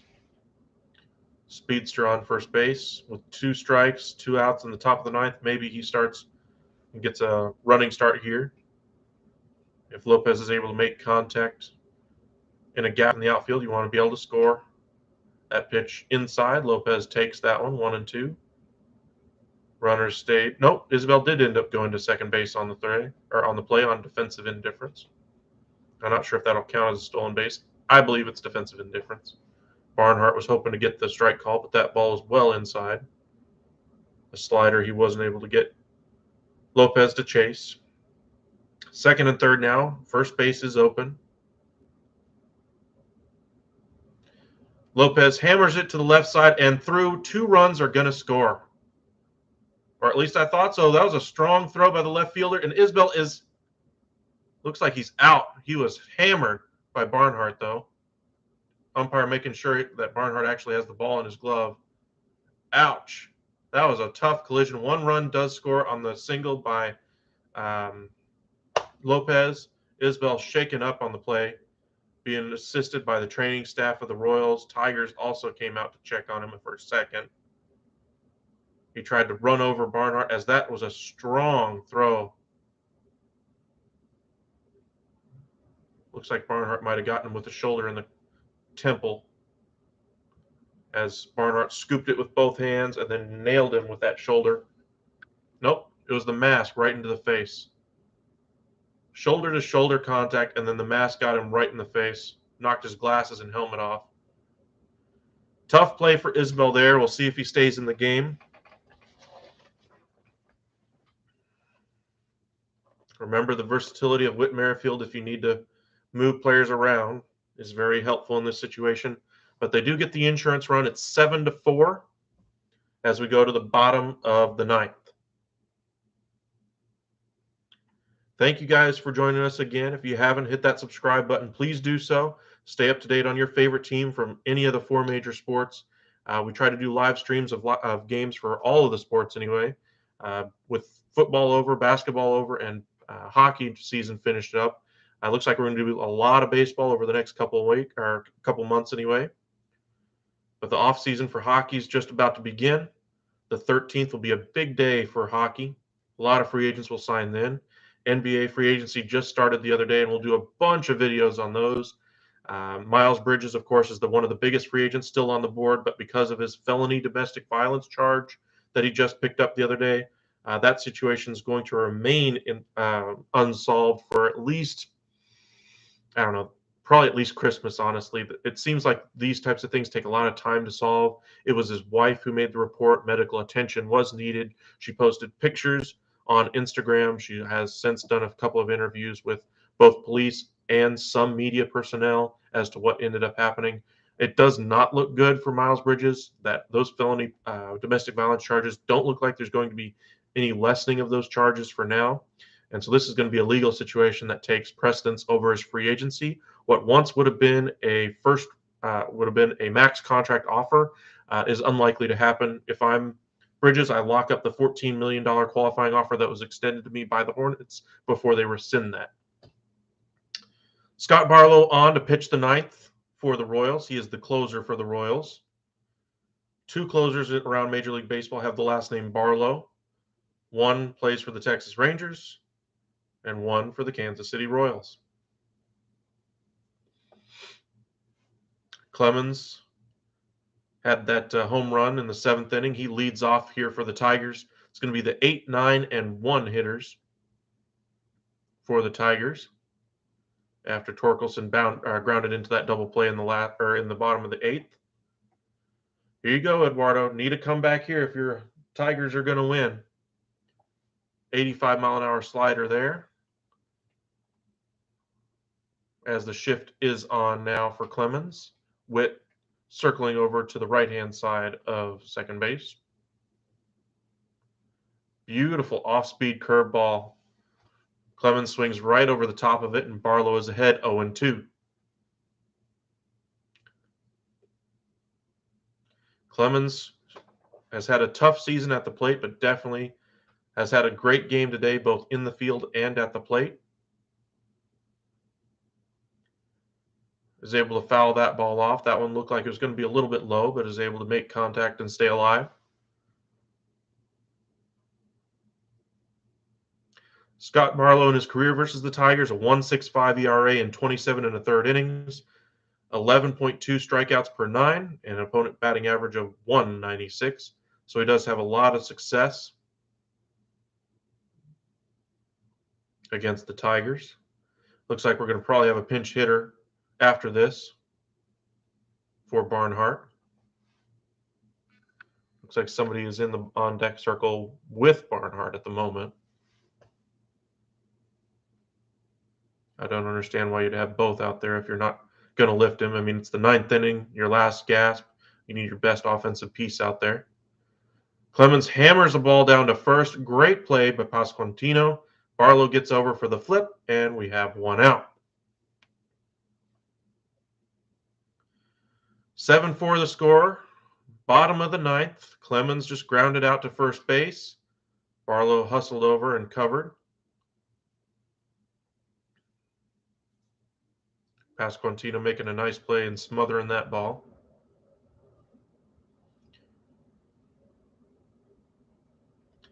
Isbell does stay in the game in right field. Merrifield, I believe, has moved over.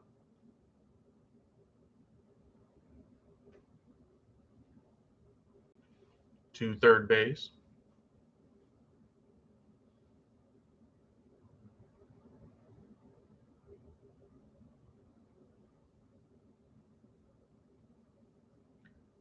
That ball is hit hard out to left. The pinch hitter was in there.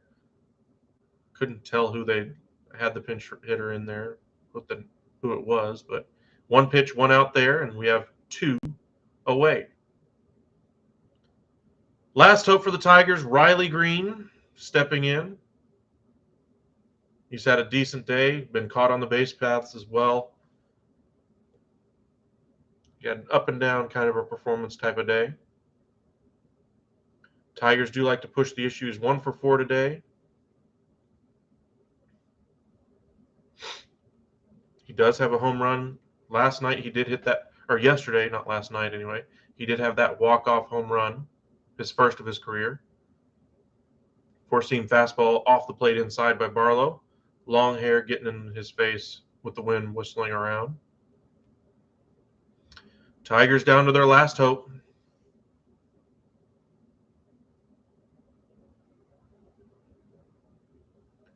Beautiful curveball there on the outside corner. Green, all he could do was just watch it cross the plate there. 1-1.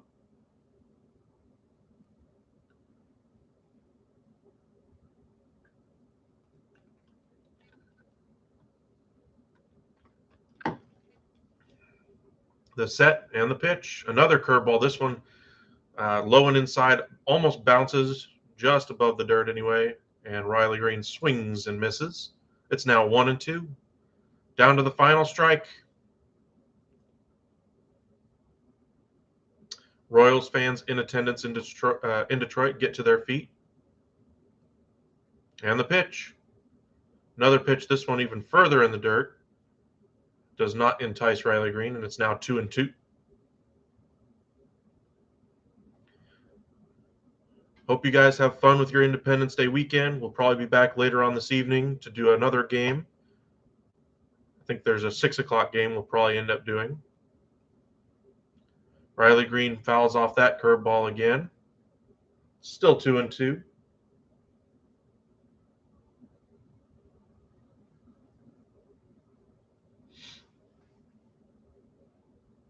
Even some Tigers fans are now getting to their feet as well, expecting this one to be over.